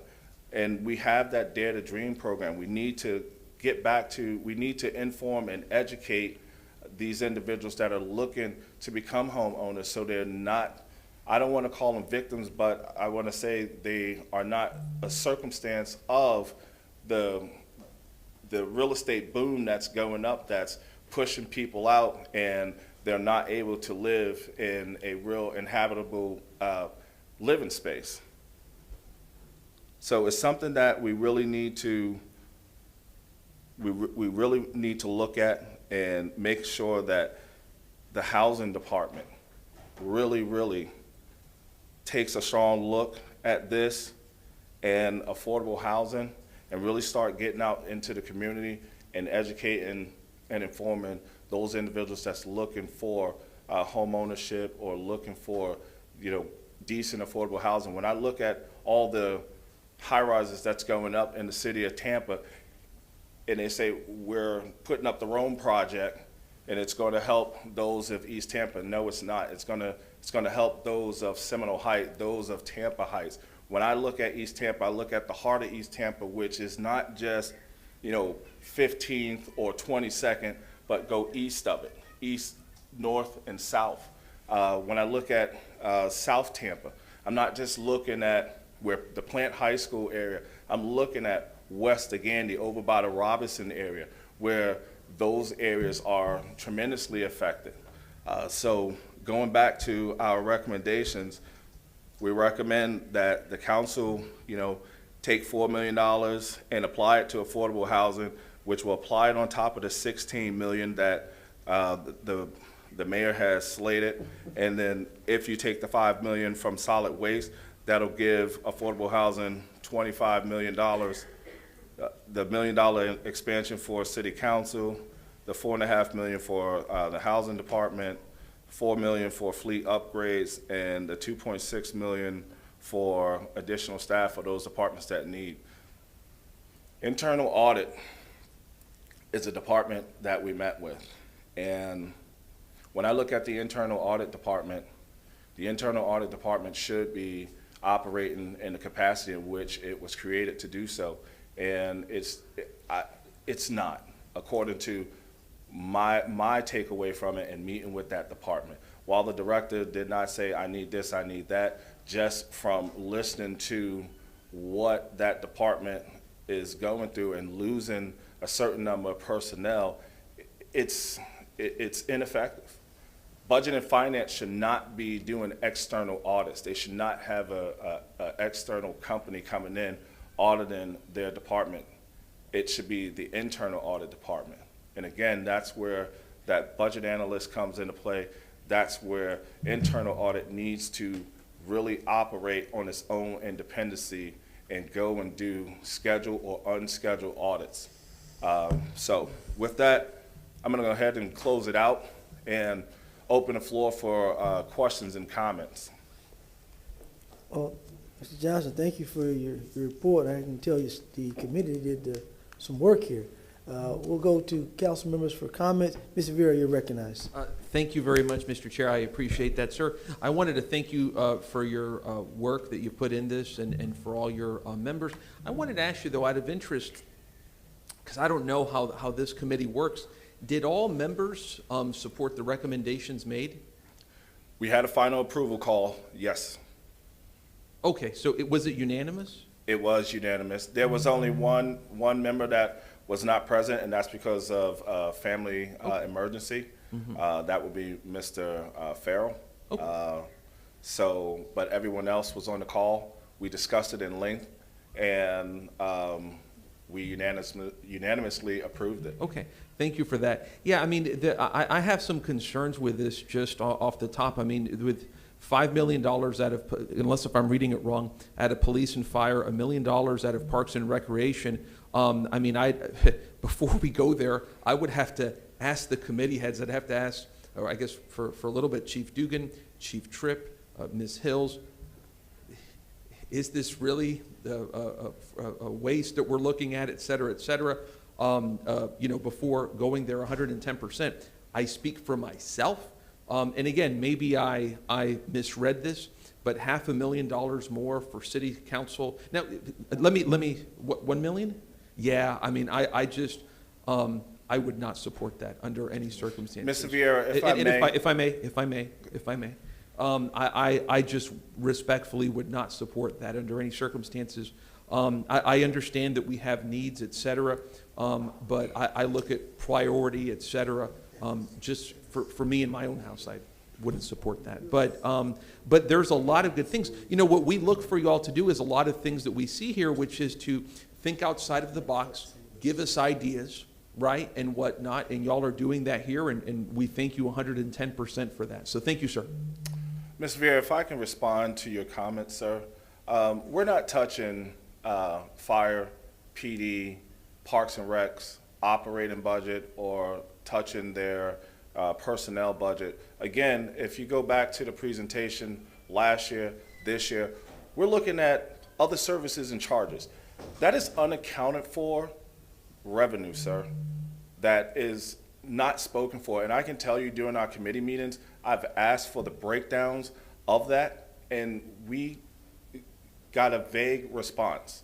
So again, when I look at the budget, and my office, my personal office, looks at the budget, and we're constantly going over it, trying to figure out where this money, what is this money, and the administration still doesn't really break it down and say, this is what this revenue is earmarked for, line item by line item.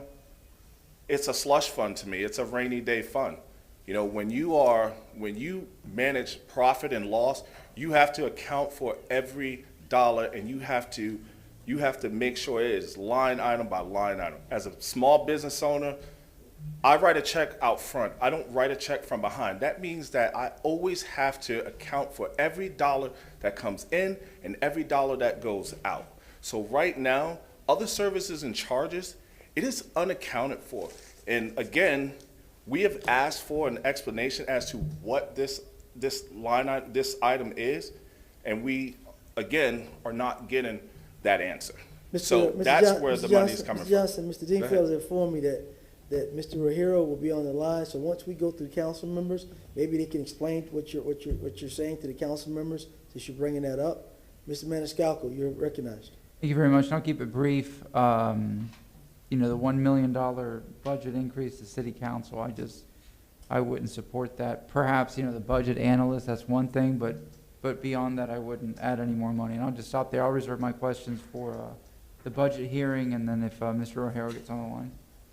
Mr. Carlson, you recognize. I just want to thank you and your committee members for being thorough and bold. And I apologize. You and I were trying to get together in the last few days, and I wasn't able to. But I look forward to having a more in-depth conversation with you in the next week. Thank you so much. Mr. Sitcher, you recognize. And I would, too, like to thank for the hard work, and of course, you and your members are also volunteers. So you put in long hours at no pay, and I thank you for doing that. And again, thank you for keeping it brief. I know that fire department is down 27 firefighters that takes out of their pay with a graduating class coming in. So with a graduating class coming in, even if they were to make minimal of $35,000 a year, that's almost $1 million that is unaccounted for because those payments haven't been paid out. That might be where some of your figures are from. Some of the figures that you're talking about, are they discretionary or are they contingency funds? That's a good question. And that's the reason why I'm asking it. It's a good question, and that's a question that you're going to have to, ask the administration. You have to ask the CFO. I thank you. I thank you. And I don't know if you heard when Councilman Dingfelder asked for a special called meeting to discuss the finances, I had asked for more staffing.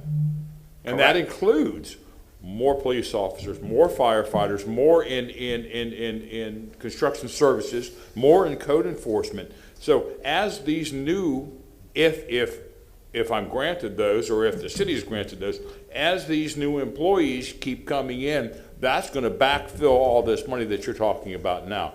Again, I thank you for your hard work. I thank you for your committee's hard work. Mr. Chair, thank you very much. Mr. Dingfelder, recognized. Yes, sir. Thanks again to you and the committee for all the time you guys put into this. I'm not going to go line item, and I am curious to hear what the administration's response is. But I did want to thank you for mentioning the $5.5 million of ARPA money, of federal money. And it appears to me that you and your committee are supportive of redirecting that to the housing program. I just took the liberty of that $30,000 program that you were talking about, where we can help families get in with a $30,000 loan. If you divide the $5.5 million by the $30,000, you end up talking about 183 families. 183 families that could for the very first time get out of that rental cycle and actually own a home with that $5 million.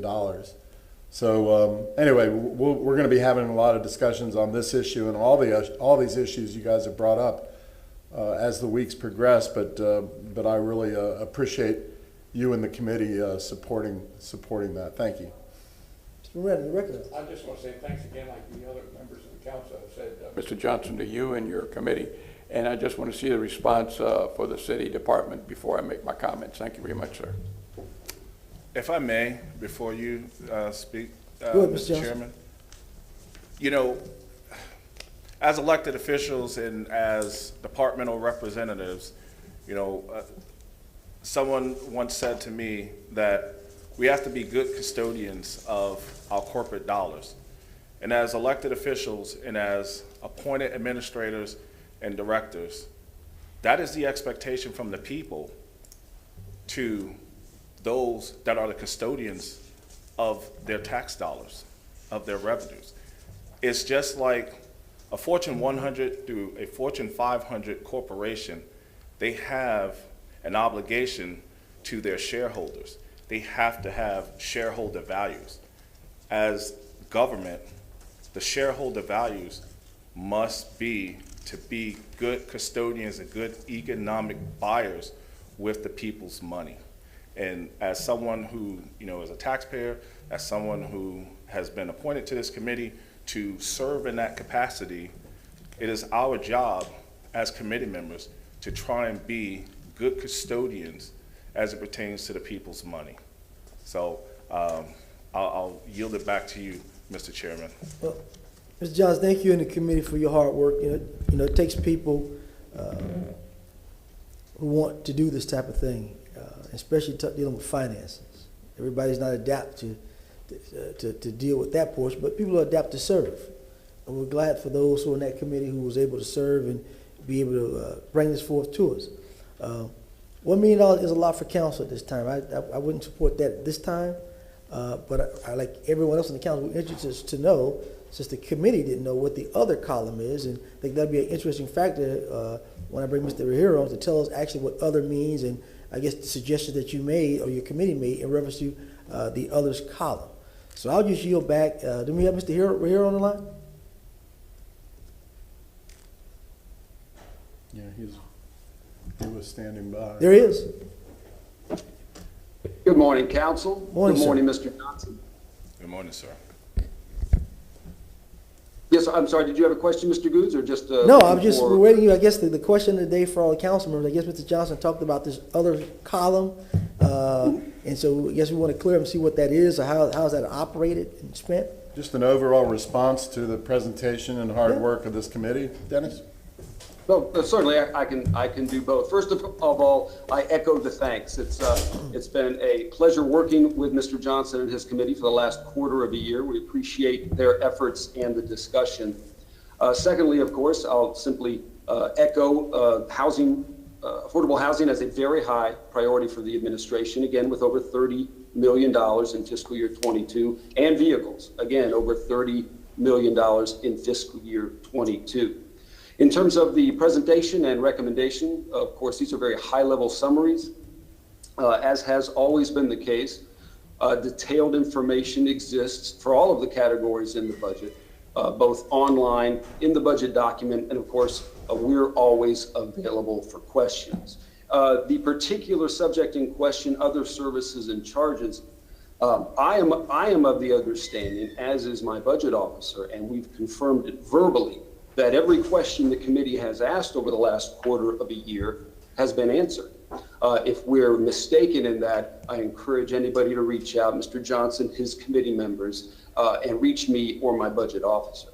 Having said that, other services and charges include millions and millions of dollars in insurance premiums, electricity bills, cost allocation plan, computer repair and maintenance. I'm looking down the list now, which I believe we've provided to the committee. So although it is categorized from an accounting perspective under other services and charges, again, we get into a very great deal of detail.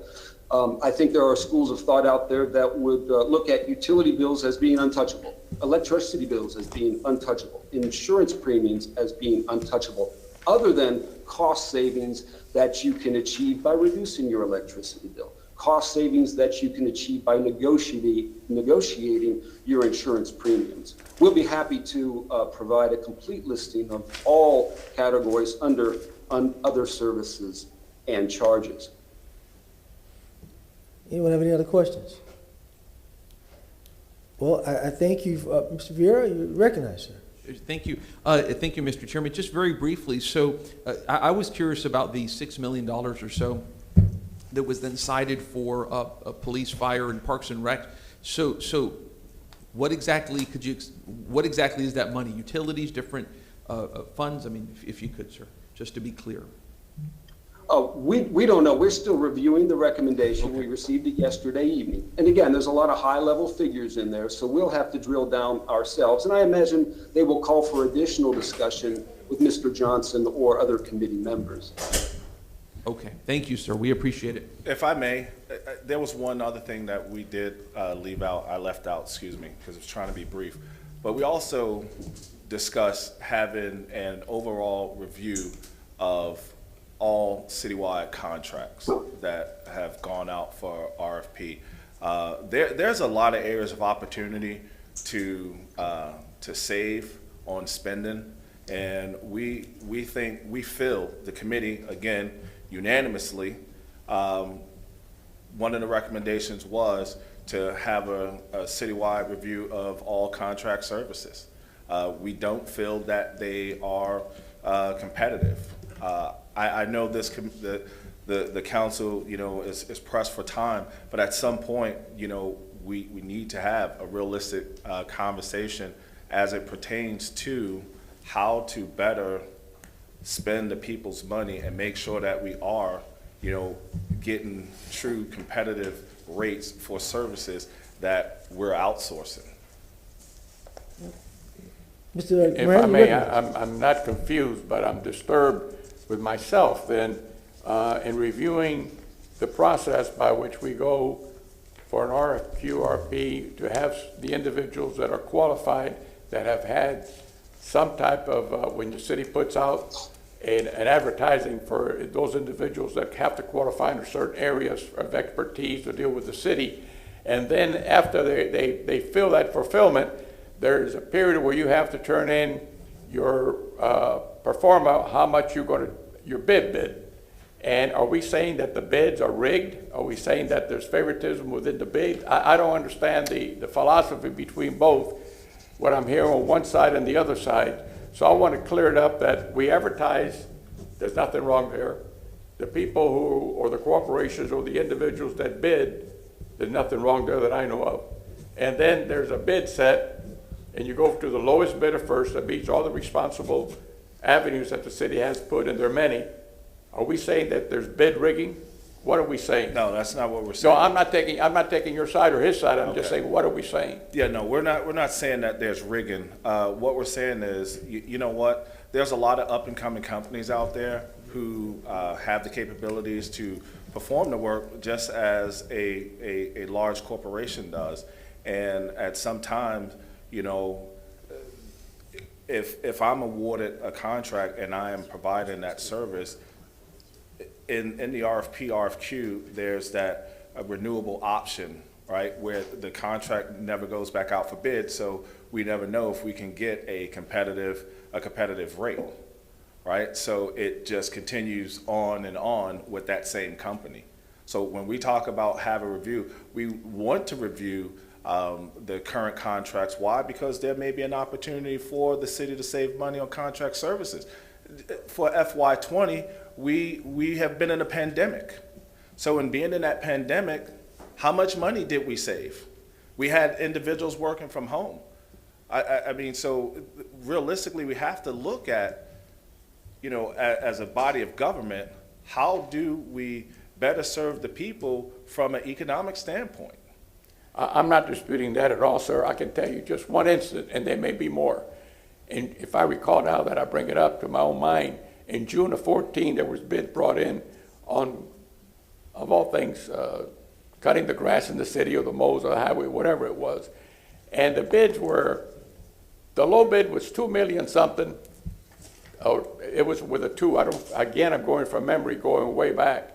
And the subsequent two other bids, the second and third bid, were about $35,000 difference. And the high bid, which was the current individual that had that contract, was about $1.5 million different from the low bid. Guess what happened? They found out that the low bid, after collecting for June, July, August, and September, we didn't have the proper equipment or the individuals to do the service that was needed, because they do a rotating 4 or 5 areas of the city are rotated. You have to do them within a number of weeks in each area. And again, don't hold me to the dates because I'm going by memory. And this is just one. So the bid went out and the low bidder got it. Then they find out that the gentleman and the gentleman's in second and third were using the same individuals listed in both corporations with the same equipment, if I recall. So that was a bogus deal. They found that, and they had to go at the end of 4 or 5 month service to give it back to the high bidder, and it cost an additional $100,000, $200,000 because the work hadn't been done. And I'm not saying you can't find those that are done that way, but I can also tell you can find those that didn't do it that way when the city took something that they more than likely knew or had a suspicion that it could be done. I trust everything that I see, but I try to verify everything that I trust. Thank you, gentlemen, both sides. Well, thank you, gentlemen. We appreciate both of you. I'm sure sometime or another you two gentlemen and the committee will meet to go over Mr. Johnson's presentation with the committee, Mr. Ayer. I hope so. And that way clear up any other discrepancies before the budget hearings start, so people won't be calling and asking kind of questions, because people do look at city council and wonder. So make sure we kind of clear up some of the maybe misunderstandings that might be there, so people can have the full facts and this council can make good informed decisions. So I thank you both for your time. Mr. Chairman. You're recognized, Mr. Shelby. Yes, thank you. Martin Shelby, City Council Attorney. Just a reminder, council, and certainly to the public as they're hearing discussions about the budget, that there are 2 public hearings scheduled for the budget. The first is Monday, September 13th at 5:01 p.m. And the second is Tuesday, September 28th at 5:01 p.m. And just also a reminder to City Council and to the public that there is no meeting on the 16th of September, which is a Thursday, because of Yom Kippur. So if those people who are intending to come to council or to see a meeting on the 16th of September, that meeting has been moved to September 30th. Thank you. Thank you, sir. All right. Thank you, council. You're welcome. Thank you, sir. We'll go to, thank you, sir. We'll go to public comment now. How many we have? 2 race speakers? Okay. Okay. Okay. We got 5 people. We should be able to still roll and get back to work.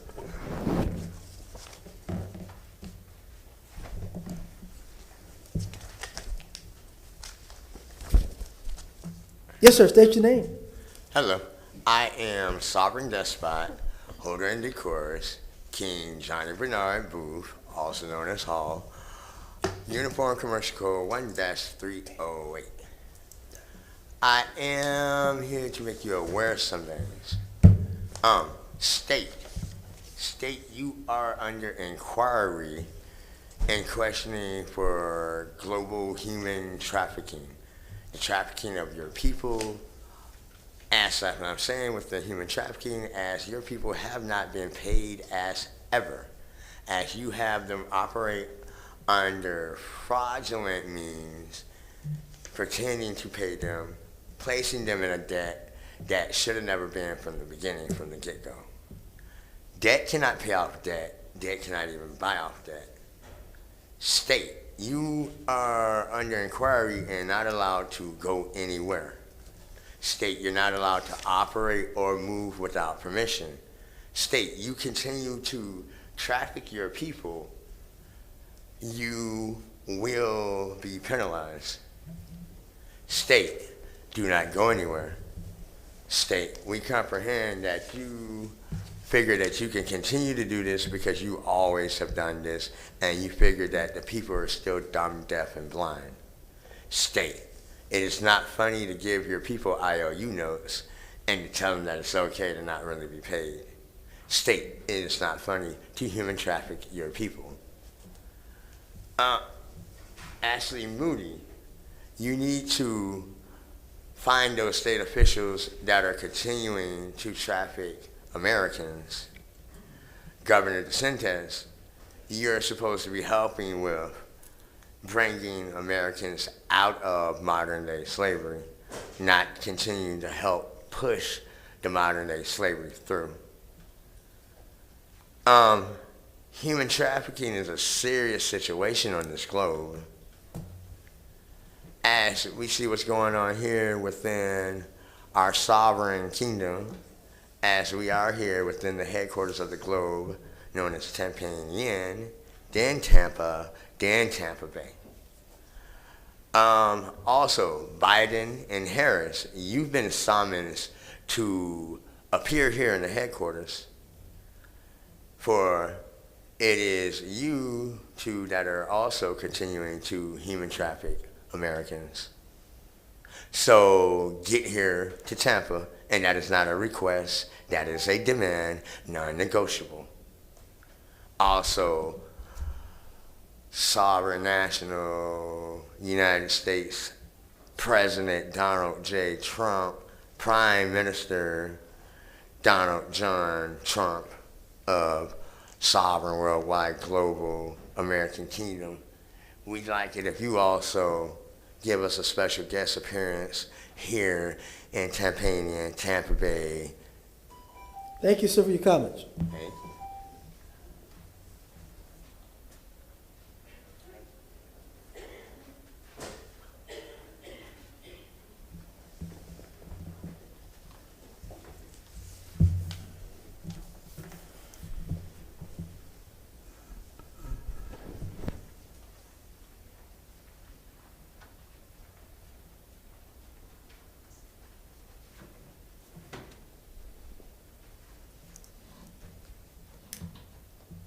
Mentes not. Want to say huru. Huru means freedom in Swahili. We said we as African people should always be thinking about our freedom. And that's why I'm here Thursday after Thursday, decade after decade, to put forth what I think our expression of freedom and what it means to be free, and also put forth the fact that, to say like I've always said, we need 26% of the good things that happen in this city. Our business people need 26% of this city budget. We're 26% of this population. And the irony is, anytime you come to city council and you ask them about anything, apparently something's being done, but in reality, nothing's being done. You can look in our communities and see it's nothing being done. Now, when they want to do add-on taxes to get sport teams and money for the Buccaneers and money for firefighters and police officers and whatsoever, then there's no problem with that. But when it's money for the advancement of African people, it's never any money for that. They always tell us it's money for parks, it's money for roundabouts, it's money that doesn't do anything to uplift the African people or the African community. And what we're saying is we need representatives to uplift our community. And sometimes that's being put as if it's being put on District 5. No, it's not District 5. It's each and every person that's sitting there on the city council. That's exactly how racism works. You bounce it back on the other person. And you're like, oh, that's not me. Anytime you come to city council and you bring forth an issue or situation, they tell you, oh, that's not my area. The bicycle stops. Oh, we talked to the state attorney about that. Other issues. Oh, no, that's not our area. The stimulus checks. It's people living inside the city of Tampa. Child support and other individuals running a wholly legal game on mostly African men. And you talk to your city council representatives about it, and they're like, oh, it's nothing we can do about it. That's outside our jurisdiction. Well, the people are living within the city of Tampa. Just say, hey, that can't happen in the city of Tampa. Plain and simple. I think you can go to the mafia boss or the gang leader and get more respect and more accommodation and more results than you can to come into the city of Tampa, city council, and say, hey, like this needs to be done affirmatively. We need 26% of the good things that happen in this city. We African people need 26%. We need reparations since a city that's been formed since 1859, and we've received no justification in even being here. All that have to change. It's so imperative that we see changes within this city, that we can see growth and harmony and some happiness amongst African people, that it's just, you know, it's time for it to happen. It's time for a change. It's time for some development so African people can see the light, so our youth can see, hey, like, you know, it's worth even living. Suicide high amongst young people. Why is that? Hopelessness, alcoholism, drug addiction, all these things. Thank you for your comments, sir. Thank you.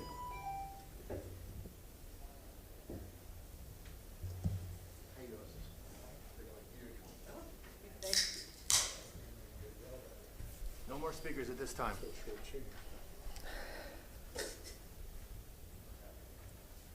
That's it for speakers, Mr. Chairman. Is that for speakers, sir? No more, that's it. Okay, thank you. Registered speakers, Madam Clerk? The first registered speaker was Fernando Perez III. However, he did not phone in to speak. So the next one is going to be Pamela Jo Hadley. Pamela, if you're on the line, please unmute yourself and you have 3 minutes to speak. Chairman, I believe that's in reference to the 10:30 public hearing. Okay. So perhaps it would be best to take that up right now and handle that. Okay. If that's council's pleasure. Move to Item open number 35. Ms. Dingell, move to open. Second by Ms. Maniscalco. All in favor? Aye. Any opposed? And I believe we have two attorneys who are related to this. Ms. Hadley and Ms. Iserman, are they both registered and available to be put online? Madam Clerk, you have them? Yes, Jessica Iserman has registered and she is available. She's showing on the list. If they could be brought up. Yep.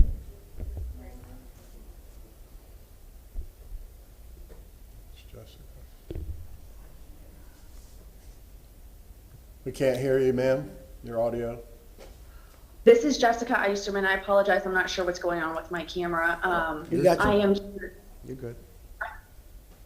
And Ms. Hadley's there too. We can hear you. You're fine. Okay.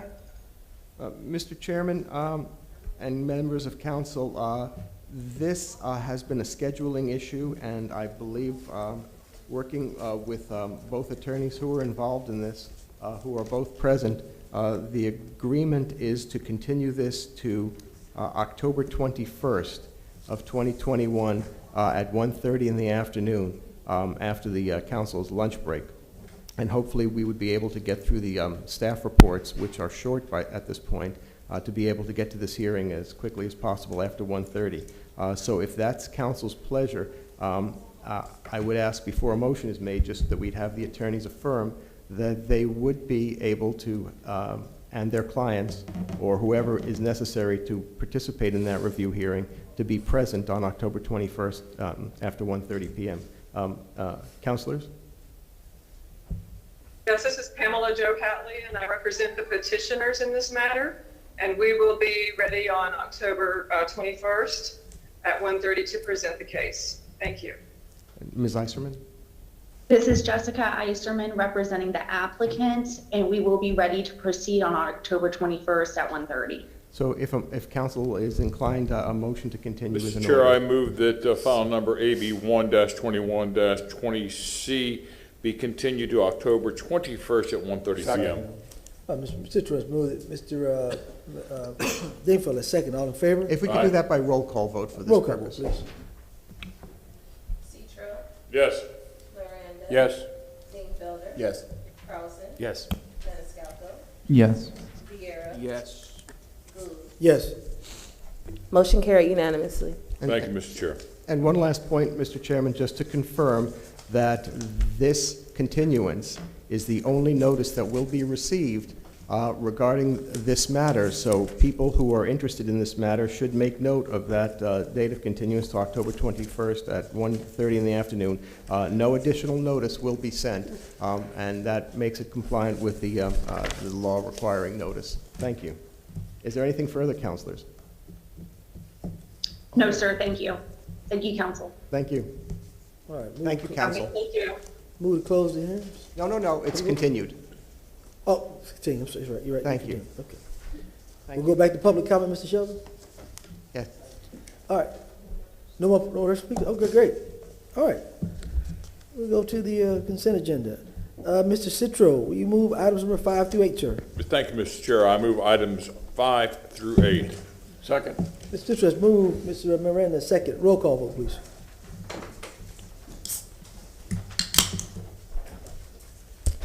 Miranda. Yes. Dingfelder. Yes. Carlson. Yes. Maniscalco. Yes. Vieira. Yes. Citro. Yes. Gould. Yes. Motion carried unanimously. Mr. Miranda, can you move items number 17, excluding 18, 19? 9 through 16. I'm sorry. I thought I had Mr. Miranda. You skipped a page. I'm sorry, Mr. Dingfield. I'm sorry. I skipped. I'm sorry. Thank you, Mr. Chairman. As Public Works Committee Chair, I'll be glad to move items 9 through 16. Second. Mr. Dingfelder has moved. Mr. Miranda seconded. Roll call, please. Dingfelder. Yes. Carlson. Yes. Maniscalco. Yes. Vieira. Yes. Citro. Yes. Miranda. Yes. Gould. Yes. Motion carried unanimously. All right, now to Mr. Miranda, Finance Committee. Items 17, 19, excluding 18 for. Move 17 and 19, holding 18 for discussion. Second. Mr. Miranda has moved. Mr. Dingfelder seconded. Roll call. Carlson. Yes. Maniscalco. Yes. Vieira. Yes. Citro. Miranda. Yes. Dingfelder. Yes. Gould. Yes. Motion carried unanimously. All right, Mr. Carlson, we have building and zoning, items 20 through 27. Yes, sir. I need to recuse myself of number 20, so I'll make the motion a second for the rest of them. Okay. But could I please make a motion to file the proper paperwork with the clerk? The company that, my company does business with a company that is related to this item. Motion That's received and filed, Mr. Carlson. Second. 27, Mr. Chairman, if 20. I may. On 20. 27, the following, it has to be read, the bottom part of it. Gotcha. All right. So, Mr. Chairman, just to keep things flowing in order, why don't I move item 20 by itself, since Mr. Carlson has to recuse himself. Second. All right, Mr. Dingfelder has moved. Mr. Vieira has seconded. Roll call. Maniscalco. Yes. Vieira. Yes. Citro. Yes. Miranda. Yes. Dingfelder. Yes. Carlson. I'm Recuse. abstaining. Gould. Yes. Motion carried with Carlson abstaining from vote. And Mr. Chairman, did you want a motion, Mr. Carlson, to receive and file that now or wait till the end of the meeting for that? Yeah, so you want me to read? No, all you have to do is just, if you ask that your Form 8B be received and filed, you can, or you can wait till the end of the meeting to do that. Can I just make Do a it now. motion? Do it now. Okay, I'd like to make a motion to receive and file this form. All right, Mr. Carlson made motion receive and file. Mr. Dingfelder, second. All in favor? Aye. Any opposed? Motion carried. Mr. Carlson, 21 through 27, but 27 needs to be read. So I'd like to move 21 through 26. Second. Mr. Carlson moved it. Mr. Maniscalco, second. Roll call vote.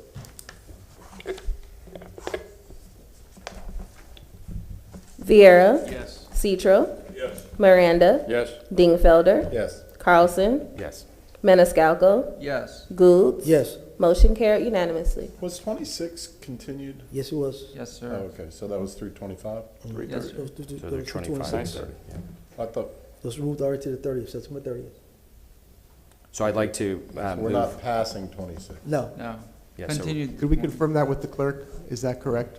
Madam Clerk, you have number 26 as being continued previously, is that correct? That happened before we opened the meeting. During the Chairman, approval of the agenda. Correct. This morning, Councilmember Citro, seconded by Councilmember Miranda, made the motion to continue said item to September 30th under the consent agenda. Thank you so much. So to clarify, the motion we just did was through 25. 21 through 25. Right. All right, I'd like to move number 27, file number BF 21-70115. A public hearing will be held regarding the proposed brownfield area designation for the rehabilitation and redevelopment of one parcel, approximately 43.81 acres in size, located at 4110 George Road, Tampa, Florida 33634. This public hearing will be held in the lobby of the Independence Park Office Complex located at 4110 George Road, Tampa, Florida 33634 on September 13, 2021 at 5:30 p.m. until not later than 6:30 p.m. As a precaution during the COVID-19 pandemic, masks will be required for entry to the hearing, and the seating will be set up in a manner to ensure Second. social distancing is maintained. Hand sanitizer will also be available for all participants. Mr. Carlson has moved it. Mr. Miranda, second. Roll call vote. Vieira. Yes. Maniscalco. Yes. Carlson. Yes. Citro. Yes. Miranda. Yes. Dingfelder. Yes. Goulds. Yes. Motion carried unanimously. Mr. Vieira, Transportation, items 28 through 34, sir. Yes, sir. Move 28 through 34. Second. Mr. Vieira has moved it. Mr. Maniscalco, second. Roll call. Maniscalco. Yes. Vieira. Yes. Carlson. Yes. Citro. Yes. Dingfelder. Yes. Miranda. Yes. Goulds. Yes. Motion carried unanimously. All right, and we got to number 35 already. We'll go to staff reports. Administrative update number 36.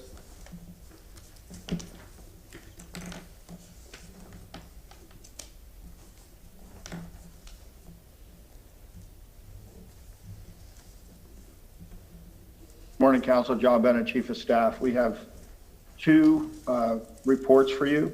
The first one's going to come from Chief Tripp as requested on the COVID update. Chief Tripp. Good morning, Council. Chief Tripp, Tampa Fire Rescue. Just want to give you a little update on the COVID stream. Currently, the city of Tampa is still doing testing at El Barnes as well as El Lopez. Between the two sites, we are testing a little less than 2,000 with an average of 18.6 to 20% positivity rate. Currently, the state is also testing throughout. Slight average, they're getting about 1,600 new cases per day. The hospitals continue to show a slight decrease over the last week, average of 141 daily admissions. They're continuing to show increased high level throughout the pandemic. So two of the hospitals basically have reached critical levels, but not in Hillsborough County. And Hillsborough County is also completing some testing throughout the county in different areas. Any questions? for Chief Available Tripp? if you have any additional questions. Ms. Dingfelder, recognized. Chief, during the first go-round, we received, daily written updates from your staff last year. And then I know the state modified their reporting, and I have a feeling that trickled down to our information. But I think it would be helpful to council and to the community if we could get, start getting some written reports about whatever number. I'm not asking you to come up with numbers that don't already have, but whatever numbers you have, if you could, pass those on every couple of days, that'd be helpful. Okay, so basically you just want some updated information, just like I presented to the council members? Right. I mean, obviously, we will try and do our best to disseminate that to the community as well. But any numbers that you have in terms of how many folks are getting it, are we going up or down, hospital rates, et cetera? Mr. Shelby, you had something to add? Just as council recalls, there was a time that you were getting daily situation reports provided by emergency operations, and then I don't know whether they still generate those on a weekly basis, but that's the kind of information that council had previously gotten. Is that similar to what you want? Yeah, I don't know what the availability is of those SIT reports anymore. So basically, the SIT reports that we used to do due to the state, I don't want to use the word shutting down, or decreasing their output, we actually get a report once a week. So if you want me to give you a report once a week, I can give you a SIT report once a week based on those numbers. Yeah, that'd be great to get it in writing, and then clearly, and it's up to Mr. Chairman, but clearly during our regular meetings, as the emergency progresses, I think it'd be great if you could come on and report not only to us, but of course to the community in this format. Thank you. Yes, sir. Anyone else? All right, thank you, Chief. All right, thank you.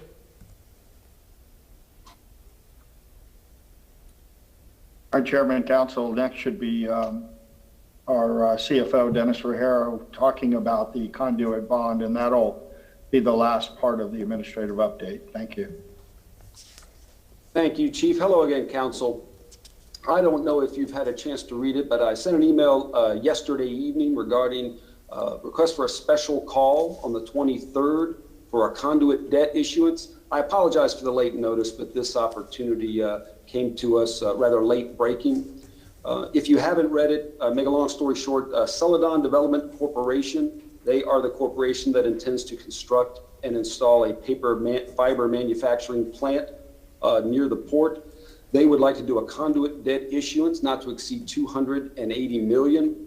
You may recall we've done these before for example, for the University of Tampa and the Moffitt Cancer Center. I reiterate that there are no legal nor financial liabilities associated with a conduit debt issuance for the city of Tampa. It is a requirement for private sector companies, or I'm sorry, for-profit companies to take advantage of tax-exempt financing. But in order to do that, we'll need, the deadline is 10/1, October 1st, so in order to do that, we'll need a special call hearing on the 23rd. Question. Mr. Dean, for you recognize, I'm going to go to Mr. Shelby. Mr. Ruggiero, yeah, thank you. I read the memo yesterday, and I recall, I think council had a Celadon issue last year. I think it was when this started. Maybe it was a tax break request. Yes, sir. I think something like that. I don't know if I asked the question then. I did a little bit of research on their product and their manufacturing. They claim that this is a very green business that they're doing in terms of recycling and that sort of thing. I don't have any reason to doubt it. But has Mr. Reamer been part of this discussion since they're touting all these green environmental benefits?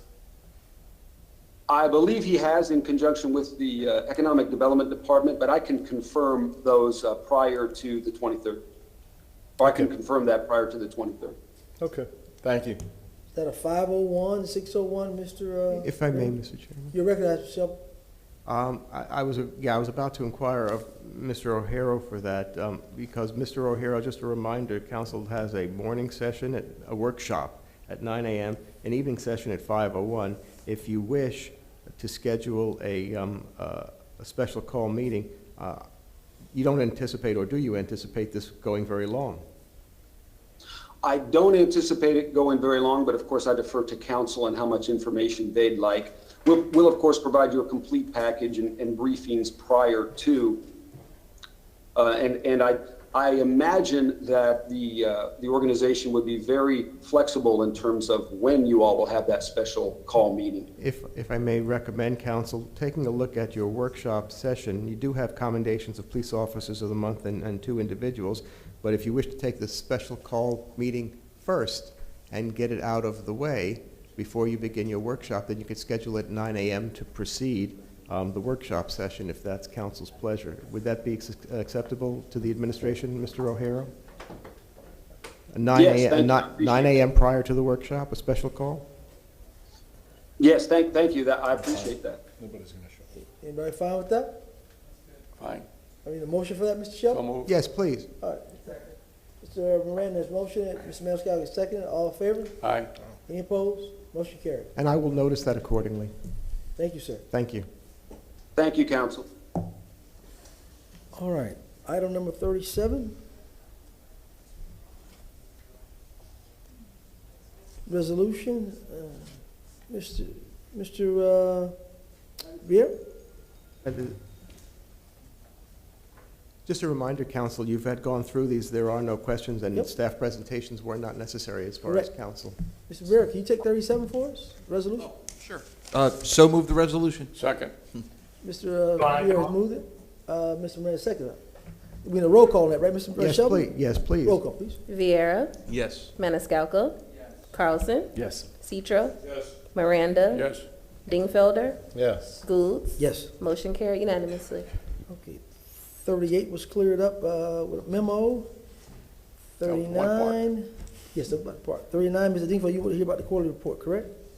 Oh, I'm good, and I think, I don't think we need to do anything on that one. Just the motions to receive and file 38 and moved. 39. You could do that by just voice vote. Mr. Dingfelder's motion to receive and file. Second. Second by Ms. Maniscalco. All in favor? All right. Any opposed? Thank you. Thank you. All right. Item number 40. I believe Mr. O'Hara. There Aye. was something. And Mr. Massey, I see Mr. Massey present. Could I, you all probably read the memo. Remember, the genesis of this was that a year or so ago, the city created a program called One Tampa that was a city program. And then in the last, I don't remember, 2 or 3 months, and a nonprofit was registered called One Tampa.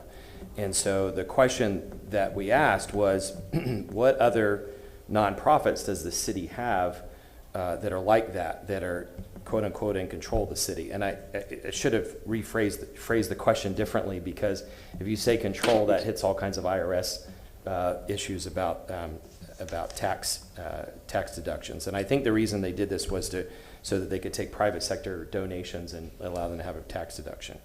But the question was, what other nonprofits does the city quote unquote have control over? I pulled up Sunbiz this morning for, the question back from Mr. O'Hara and Mr. Massey was, can we narrow the scope a little bit? Because the city has people sitting on lots of boards. We all sit on boards. The city donates money to lots of boards. And so what's the narrow definition? So I looked up One Tampa in Sunbiz this morning, and if I remember correctly, here I have it in front of me, the address for One Tampa is 306 East Jackson Street, 8th floor, attention Marley Wilkes, and then the registered agent is Morris Massey. And then there are other folks on here as well. One of them is Dennis O'Hara. So I think that to narrow the scope, although we can't say which nonprofits the city quote unquote controls, the question is here's how I would suggest narrowing it. That the address would be, so I'd like to make a motion to narrow the scope of this request to be limited to nonprofits that have an address that is a city property and that the registered agent is a city employee. Second. Mr. Carlson has made a motion. Mr. Dingfelder second. All in favor? Aye. Aye. Any opposed? Motion carried. And I forgot to ask Mr. O'Hara, do you think that's fair, a fair reduction of it? Yeah, yes, I do. Thank you. But I would defer to legal to make sure it's within their bumper rails. But yes, thank you. I appreciate that. Mr. Massey? I appreciate that as well, Councilman Carlson. I think that provides enough direction and limits it to what we are looking for, and we can provide you a report back on those. So, Okay, thank you so much, everybody. Thank you, Council. Item 41 was continued to September 30th. And item number 42, Ms. Devo, you said you wanted to hear about 42, correct?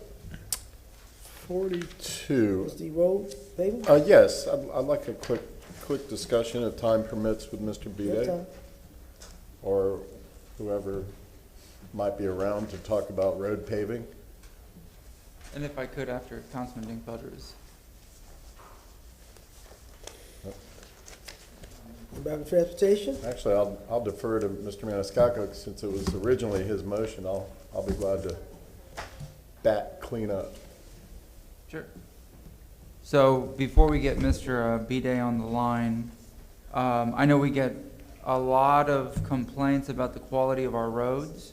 I get them daily. If it's not someone posting on social media, it's an email or a phone call and whatnot.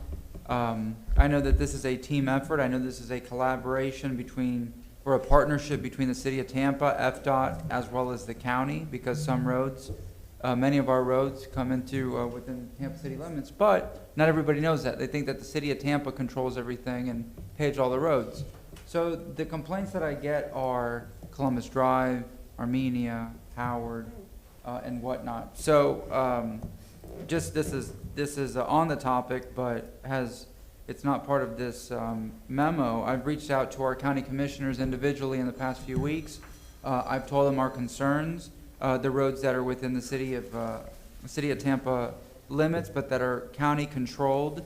And the response was projects have been delayed for lack of funding. However, they were going to reach out to their county administrator, which I believe they did, because the other day it was then recommended from the American Recovery Funds, I think that's the part of the official title, that they're going to earmark $35 million for road resurfacing and repaving.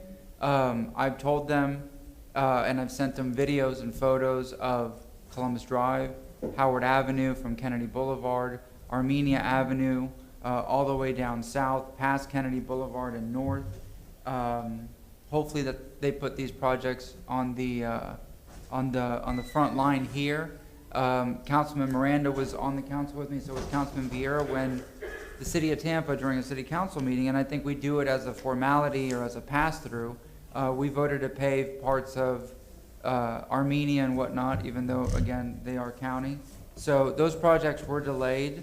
I'm glad to see that $35 million is going to be allocated for this. I'm sorry that All for Transportation was overturned by a court, because that would have put all of us in a better position. We would have been able to catch up on sidewalk construction, on road resurfacing and repaving that was delayed for so long. So this is a start. I know that the City of Tampa's paving budget is between $4 and $5 million or so. Again, we did rely on that All for Transportation money because it was a 30-year dedicated fund. If you get down to the nitty-gritty and you go out in the community, I know we get complaints about overbuilding in apartments. We get complaints about lot splitting. We get complaints about underfunded parks and parks that are not invested in enough. But if we invest in the infrastructure beyond pipes, beyond our stormwater system, which we have already, which is very, very helpful, if we pave the roads, I think a lot of our constituents will be happy. Because when folks pay taxes, as we all do, they want to see a return on their investment. And if it's something as simple as paving a road, people will say, I'm paying my taxes, but I'm seeing results. And it's something that affects each and every one of us. So I'll stop there. Thank you very much. Anybody with transportation here? All right, we don't have anybody. Mr. Carlson? Mr. Dingfield, I'm sorry. I'm not that good looking. Thanks. Mr. Maniscalco hit a lot of the points I was going to make. I talked to Gene Duncan and Vic about this the other day. If you read the report, it basically said that for a while we were doing better. A couple of years ago, we were doing a little bit better. I can't remember the exact percentages, but they have a scoring system for the various roads and what condition the pavement was in. And things were looking up for a while, and then I don't know what it was, but now we've started dropping again. Gas tax. And that's right, that was one of them, a gas tax reduction. But the bottom line is we were kind of treading water, but now we're sort of sinking. And I said, what's the answer? What's the solution? And they said, well, it was supposed to be off transportation. They've been talking about, this community has been talking about a bond issue and a referendum for 20 plus years. I remember when Ed Taranchik was county commissioner back in the 80s, Phyllis Buzansky and Pam Iorio and that sort of thing. We were talking about a referendum for 20, 25 years. And it hasn't happened yet. And I'm not real optimistic that it will ever happen for various reasons. Finally, when the voters passed it, then a court strikes it down. So I think we have to have a contingency plan. And Vic, I see you come on board, and we discussed this the other day, but I think that if we're going to go for another referendum, that's great, okay? And we cross that bridge when we get to it. But I think we have to have a contingency plan that says, okay, what if the referendum doesn't fail? We can't start all over again 3 years from now and say, well, that failed, what do we do now? And scratch our head. Because we've been scratching our head for 20-something years. And as Guido said, because we don't get phone calls demanding, high-speed rail and demanding, all other types of mobility stuff, even though we might know those are the right things to do. The phone calls we get are about the potholes and the paving that basically is not great in this community. And anyway, long-winded, I apologize, but the bottom line is Vic and Jean and Dennis, we need to come up with a financial plan to address this. And whether or not, I even suggested, God forbid, a possible property tax increase, a little bitty one that could raise $5 or $10 million that we would earmark year after year just for road paving. Because we don't have any other, it appears we don't have any other way of getting that money. So if the referendum fails again, that's what I'm going to circle back and suggest a year or two from now. Thank you, Mr. Chairman, and there's Vic. Vic? Thank you, Chair, and I'm available for any questions that may arise, but I'm glad we're having this conversation. This is a challenge. Unfortunately, this isn't just a challenge within the city of Tampa. This is a challenge within the region, the state, and nationwide in general. And I'd just like to highlight that it's not just a challenge with the road surface and potholes alone and the risks that poses. It also creates stormwater challenges also, and stormwater problems, because the roadways are conveyance for stormwater. So it's multiple things that impact our resiliency and sustainability. And then to the councilman's point about degradation over time with our roadway surfaces, I'd just like to highlight, just from an urgency standpoint, that when a road goes from good to fair condition, for example, it takes a certain amount of time. But for it to go from fair to poor, it takes lesser time. Primarily because the biggest enemy for roadways is water. And we're seeing more and more inclement weather events and more intense weather events. So I just wanted to put that out there. We will work with the internal team and the administration to identify opportunities. We're also looking at our budget. In fact, we're going to get a head start on our FY23 budget planning starting October internally to see what is it that we can do. Are there trade-offs that we can make with our limited budget to extend this service and make sure we're doing as much paving as we can. But having said that, our problems really require another zero to our budget And so there's only so much we can do through optimization. We really need to look at how we fund transportation altogether. I saw Mr. Carlson, I saw Mr. Vieira, and Mr. Citro. Yes, thank you. And for some reason, I can't pull up the document, but I remember the conversation a few days ago. Vic, tell me if I'm in the ballpark. I think what Gene said is that we have about $5.5 million a year for road resurfacing, and we need about 22. Am I in the ballpark of the? Okay. That's correct. Yeah. So that's correct. That's just to keep up with the basic road repair, not really remaking roads like some people would like, or rebricking or anything like that. But exactly, that is to keep things at fair condition and not anything above that. And it's I thought before I ran for office, I thought potholes were something that people joked about in politics, but it's the number one or two thing that I get complaints about. And people are really angry. They say we pay taxes and our roads are falling apart. But you all are tired of me hitting this drum, but that's why I think we have to look carefully about the existing CRAs and any potential CRAs. In the new Tampa area, we should be very narrowly targeted at what we need and what money we're going to need for it. And there are very targeted budgets, timelines, plans that we can put in place to narrowly craft this. But the same thing, you all know, I brought up the Channel District and downtown CRAs a year or so ago. If in the next couple of months we're going to get the strategic plan that the Channel District CRA requested, and I think staff thinks that we can do most of what the community's been able to put anything they want on the list, and I think the staff thinks we can implement most or all of it within the next 3 to 5 years. And so the question is, what are we going to do with the rest of it? The rest of the city looks at areas like that and says, how come I've got torn apart roads when all these great amenities are going into another area? And as we've talked about, the other parts of the city subsidize it. In areas like East Tampa, West Tampa, places where there's slum and blight, it's obvious that we need to do it.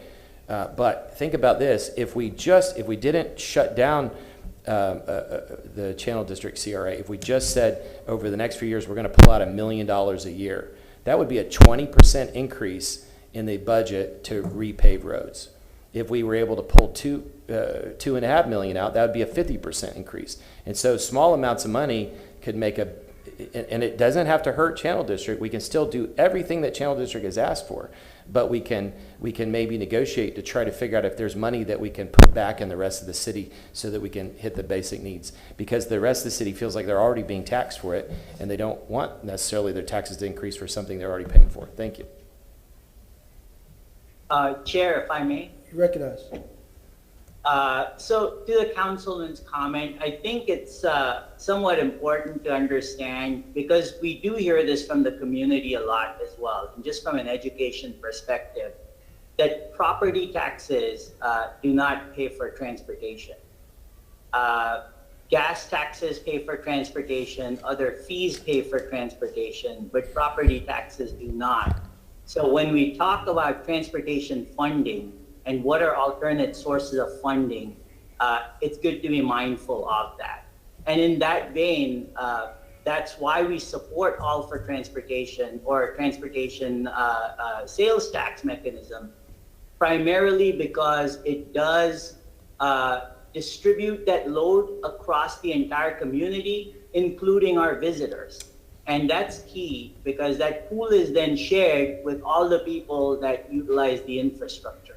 That's an important distinction in the conversation when we have. Mr. Vieira? Thank you very much, Mr. Chairman, and a lot of good remarks made. I think the basic idea is that we're asking city staff to perform on issues like repaving a task that they are unable to meet because of a lack of funding. The gap, as Councilman Carlson said, is 3 to 1, and I always like to cite the fact they're 3 to 4 to 1. I'd always like to cite the fact that penny sales tax would have brought us up to that $15-16 million level. That penny sales tax didn't give us what our dreams were or what we wanted. It would have given us what we need. So that's very important. I mean, we're asking the city of Tampa, with funding that they have, to produce the 1986 Mets on the budget of the 1962 Mets. and it's not going to work out. That's a baseball joke if y'all go way back in baseball. But that's the basic idea there, I think, with regards to the city of Tampa. You know, Councilman Dingfelder talking about backup plans for a penny sales tax. I would support that. I've always been very, very clear and frank in the idea that we need more revenue in order to fund our transportation needs. It's just a basic fact. You look at the city of Tampa budget, most of it goes to things like public safety that the vast majority of the city supports. Nobody wants a cut in that. We need to look at other revenue sources. I hope that we can get that through a sales tax, and if that doesn't go through, we need to look at other avenues for the ABCs of local governing, and that starts with road repaving. That's just as basic as we get. But city staff does a great job with what they have. I know we've been working together on Tampa Palms Boulevard, for example, and I thank you guys obviously for that 110% for all your hard work. But there's so many needs out there in the city of Tampa, and we have to address just the mathematical challenges that we have. Thank you very much, sir. Mr. Titcher, you recognize Mr. Miranda. Thank you very much, Mr. Chair. Vic, you are my go-to kind of guy, and I thank you for all the help that you provide me. You are a superstar, and I think the public needs to know that. We, society, has almost shot ourselves in the foot. The monies in which we use for road repair come from gas tax. And because we wanted a cleaner air, we wanted a cleaner environment, we made sure that our manufacturers made our automobiles more fuel efficient. Hence, you're buying less gas, hence you're getting less tax dollars. It may be, instead of an additional type of tax or a new type of tax, have we thought about going to the county, who owns a lot of roads in this city that we are custodians of, and going to the county and saying, isn't it time we raise the taxes on our gas so that we can have that extra zero in which to repave our streets and fill those potholes? Have we gone to the county and said, hey, we need to raise our gas tax? And if we have, what have they said? I'm not trying to put you on the spot, Vic. I understand, and these are conversations that are ongoing right now with the county. There have been some ideas that have been thrown out. They're not settled yet, but we'll be happy to get back to you on that. But I also wanted to add, because you make a really good point about fuel efficiency impacting gas tax values, even though everything else is growing. There's another thing that's happening, and it's going to grow, and that's electrification of our fleets. At every form factor, cars, trucks, at some point, you name it. And that is going to have an adverse impact as well. In fact, it is right now.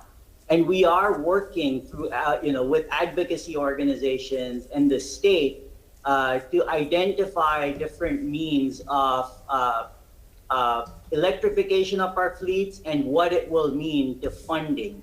And there are some models out there, but we're working through the state to develop an electric vehicle master plan. There is a draft document that is available on the state's website that is open for comments, and that addresses three main items. One is, what are the business models that will work to get electrification and necessary charging infrastructure statewide? The second is, how will the funding scenario for transportation be impacted with electrification? And what does that look like? Is it a tax? Is it a fee at registration? And there are different models there. Georgia does it one way, California does it another, and there are other examples as well. And then the third part of it is, what are the regulations and what are the partnerships that are necessary to make this happen? So this EVMP, the Electric Vehicle Master Plan draft document, does address some of these things, and we'll continue to work with state and local agencies and provide our input to that as well. And the League of Cities is involved in that effort with Drive Electric Florida also. And thank you very much, Vic. That was going to be my next point. At League of Cities, I did hear of a multitude of cities around the state of Florida that have not only used their mobility, their parking, but also their electrification for electrical cars for quick charging and parking, and it was bringing in revenues for both, and a portion of that revenue from charging was took and put into the funds, much like our gas taxes was. Always great ideas. Thank you, Vic. Thank you, Mr. Chair. Mr. Brennan, you're recognized. Wow, there's so many things to speak about. First of all, I don't know how many miles there are in the city that belongs to the county, but I don't think there's hundreds of thousands of them. There's only 50, 60 miles of that. So we're looking at a small amount compared to the city of 2,100 square miles of, 120 square miles, which is thousands of miles of road. When you look at the CRA, I so wholeheartedly agree with Mr. Carlson. I've said it before. Under the project that we have now, the way it is, it was fine then, but it's changed in my mind that you have to much narrow, stem it to be narrow so that the general public would not be subsidizing all of it like it is now, part of it anyway. When you look at the EV tax, guess what? If it's true what I hear, by the year 2035 to 2040, you're going to have 40 or 50% of all the cars driven in America, they're going to be electric vehicles. It's changing quicker than we think. And when that happens, you better have something in place to replenish the gas tax, because if not, you're going to have measles on all the roads. That means you're going to have potholes, I call them measles, on the road. And it looks like you had the measles, because all you're going to see is potholes being filled. Not that you're not seeing that now to some degree. When you look at when you bond something out, and there's where I've learned a lesson way back, don't buy anything unless you can pay for it cash. That was my father used to tell me that. And now I look back, and when you look at the bonding process, if you borrow money to pay for all this, but if you think progressively, you can set something aside by doing something differently that we've done to accumulate some money so that every year you get an extra $5 or $10 million, you'll be way ahead of the game.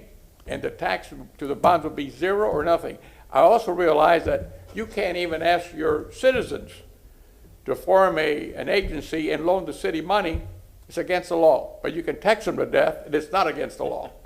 That's what the legal department told me, not this legal department, the one prior to this one. So what I'm saying is that, in my mind, you have to set up something that you can get some monies before you think of bonding ahead, so you can have a head start and not bond 100%. If you bond 100%, you're only going to get 50% of what you want done, because the rest of it is interest. And that's the way it works for 30 years. So it's a tough go, but we have to bite the bullet on what we're going to do and how we're going to do it. And I think the public's got to have some input in it. But like always, I appreciate it very much. But the CRA is covered, the taxes are covered, the gas, the county roads. So here we are back to ground zero, but we have to come up with something very soon, or we're really going to be in trouble. If what happened with Ida came close to Tampa, the system that we have in place now will not work. There are no pumps. There is no way to get that water out. And when the bay gets higher than what it is, and the volume of water is greater coming in, that the volume of water going out, the same water going out, is going to come right back where it came from with an additional push of high tide. So you have to have something in the billions of dollars, $2 to $3 billion, to move the water up north, have a reservoir or some area to dump the water in, because it will not work. And anyone who says something like that it does work in that volume of water, I got to see that plan, because it's very difficult to do what we're doing with little money. Yes, it'll work with a little heavy rain and stuff like that nature, but when you have no pumps pulling millions and millions of gallons of water out, it's very difficult for it to succeed. That's all I'm going to say. Thank you very much, Mr. Chairman. Ms. Maniscalco, you recognize. And I'll just end with this. Something that Councilman Dingfelder said. What would be a dedicated funding source? I know a couple years ago we had a millage increase discussion, but since this is something that would be dedicated to roads,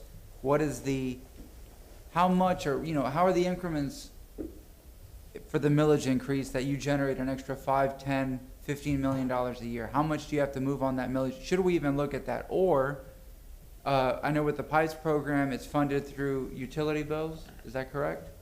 How do we look at possibly increasing the utility bill an extra couple dollars a month for City of Tampa residents that goes directly to roads, because roads fits in with stormwater, wastewater. It's all part of that mobility, where we're not bonding, where we're not borrowing, and we're just, you know, pay as you go or collect as you go kind of thing. But we know we have a dedicated revenue source. Also, if it's a millage increase or if it's anything like that, it could be temporary, and we could put a caveat if we have to, that if the county places on the ballot another sales tax increase, that we automatically cancel that out and you know, rely on the dedicated source of the sales tax revenue, should that move forward and should that pass.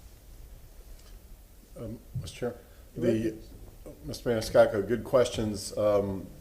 During the briefing I had the other day with Vic and Gene, somebody chimed in and indicated, and can't confirm this, that the millage increase that the former council did, which was like the first one in 20 years after the recession, generated, I think it was somewhere in the neighborhood of $5 to $10 million. I think it was 10 additional dollars, which was obviously the shortfall that the city was facing that year.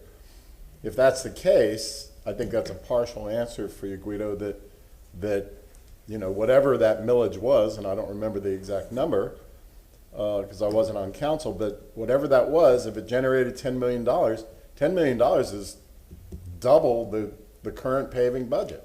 So that would be a huge shot in the arm, I think, for the paving, you know, for the paving budget. Would it solve all these other mobility issues? No, clearly no. But you know, we started this discussion talking about paving. In regard to the pipes and utilities and that sort of thing, I have a feeling if we asked Morris, he'd probably tell us we can't do that because those utility funds, as you know, are pretty much silos.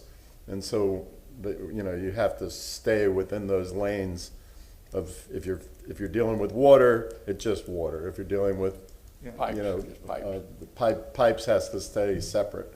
Although when they tear up the roads to do any of the pipes work, yes, they have to fix them. The thing is, and I'll stop here, but it's a win-win for everybody. It's good for all of council because we all get these complaints. And, you know, we can't always wait on the county to move or on a sales tax referendum if it's going to pass or not pass. A one-year millage increase to catch up, I think, you know, will give us quick results. If that's the fastest route to do it, where we can deliver in a quicker fashion, because, again, we all get the calls. We all get the brunt of this, and I think it's a winning situation for everybody. The people get results, and we show leadership and quick action on this. Well, I wonder if we're right in the middle of budget right now. I wonder if we shouldn't, you know, throw that suggestion to staff and the mayor to see if that's something we want to do immediately to address those issues. Mr. Shelby's hand quickly went up. And I don't know whether they're hearing this up in legal, but certainly your requirements, your trim notices are out, your notices are out, the budget hearings are set, and too late. I would be surprised if it weren't, but I just want to let you know that this is something that certainly you could plan for the future, but in terms of moving forward, even if it could be done, it would be prohibitively expensive to renotice the city accordingly. No, we wouldn't want to do that. So we could wait till next year in the meantime, but knowing again that, you know, the county earmarked that 35 million, there are a few, not a lot, of roads in the city of Tampa that are county. Perhaps we can encourage our colleagues on the county commission to help us move forward with some of these projects, because these were approved 3-4 years ago. It's not like we're asking for new stuff. A lot of these have been deferred. So it would be beneficial to the people in the city of Tampa. Mr. Miranda? Thank you, Mr. Chairman. I just want to, my thoughts again going by memory.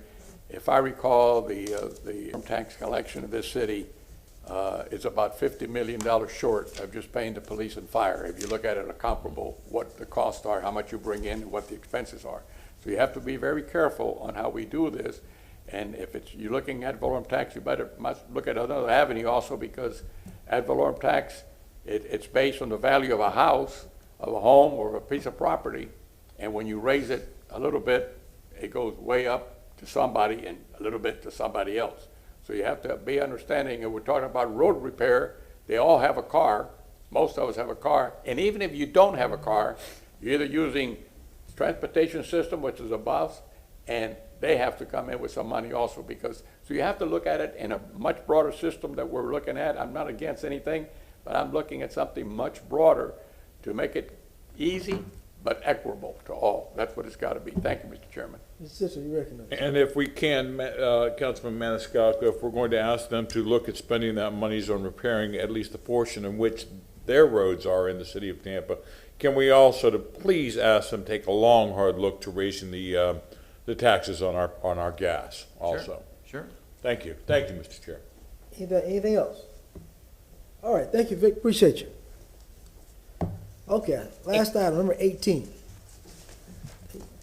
Mr. Chairman, if I could, just to speed this up, the only reason I asked about to do number 18 is to kind of let the community know, so it's not just a consent item, but let the community know that this year's tranche of $40 million from the feds for the American Rescue Plan Act has already been received by the city, and now we have to decide how we're going to divvy that up. And Dennis, you can tell us how we're going to divvy up the $40 million. But what I wanted to emphasize to the community was, out of that $40 million, the administration and city council are in agreement that we will earmark for this year at least $16 million for affordable housing. And I think that's a wonderful thing, and I think that's something that the community should be really excited about. And that's over and above our other our regular affordable housing money. Yes, sir. Thank you. Dennis Rajero, Chief Financial Officer. Of course, sir, you've already spoken to the appropriation for housing. It's a little over $16.1 million. We've got an itemization on the agenda report, which I'll read through. The general fund revenue recovery, again, that's for the revenue we've lost in the general fund, and our expenses associated with the pandemic is $13 million. We've got $4.6 million for fire vehicles, $4 million for resurfacing, and $2.5 million for sidewalks, for a total of just over $40 million. And as you correctly stated, this is the first tranche. Sometime within the next year, in less than a year, we anticipate receiving the next $40 million. Thanks, sir. Thank you, Mr. Chairman. Anyone else? I move number 18, Mr. Chairman. Second. All right, Mr. Miranda moves number 18, Ms. Citro, seconded. Roll call vote. Mr. Chair? Yes, sir, you recognize. No, thank you, sir. I owe you a back brief on the Capital Construction Project Fund reference. And we've researched that. That is a reporting and accounting requirement for this grant. So that's where we've put the resurfacing money of $4 million and the sidewalk money of $2.5 million. That's the appropriate place to spend that money out of, a capital construction fund. Thank you, sir, for that. You're very welcome. Been moved and seconded. Roll call vote. Vieira. Yes. Maniscalco. Yes. Carlson. Yes. Citro. Yes. Miranda. Yes. Dingfelder. Yes. Goods. Yes. Motion carried unanimously. All right, Mr. Vieira, anything today?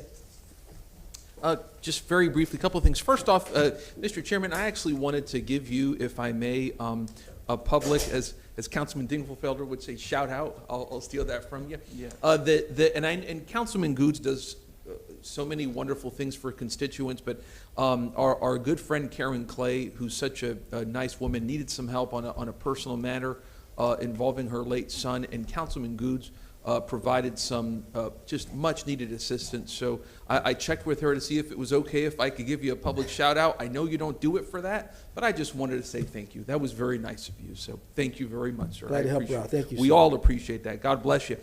Just really quick, if I may, this is for April 7th, 2022. Imagine that. I want a 5-minute presentation on, and you know, we don't have the name of the person here. I'll have to move back on that. Still, my apologies, I don't have that. On November 4th, 2021, I'm asking for a 5-minute presentation from Tampa Bay Thrives on mental health before Tampa City Council. Second. Mr. Vieira has asked for a motion. Mr. Maniscalco, second. All in favor? Aye. Any opposed? Motion carried. And you know what? That's it. For the other one, I got to get the name, and I don't think there's anything else. Thank you. All right, Mr. Maniscalco, you're next, sir. I spoke enough today. Thank you, sir. That's it. All right, sir. Mr. Carlson. When I narrowed the scope of that item earlier, I think it was the one that Mr. O'Hara was working on.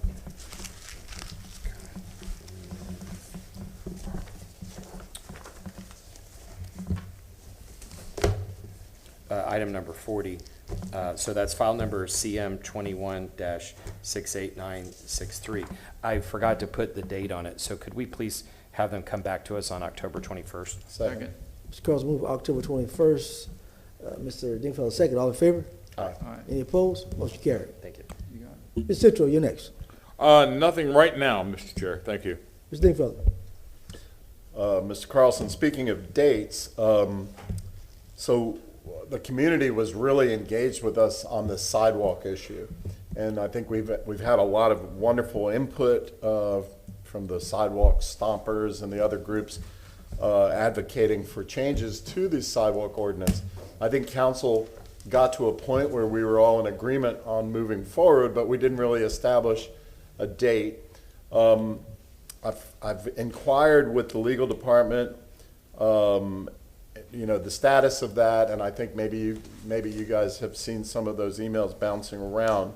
But this morning, Ms. Zellman says if we want to move forward with first reading for the changes that have been proposed, that we could do that on 10/21, with the caveat that they have some concerns, and Mr. Miranda stepped out, but they have some concerns about addressing the dollar amount for raising the fee, the in lieu fee.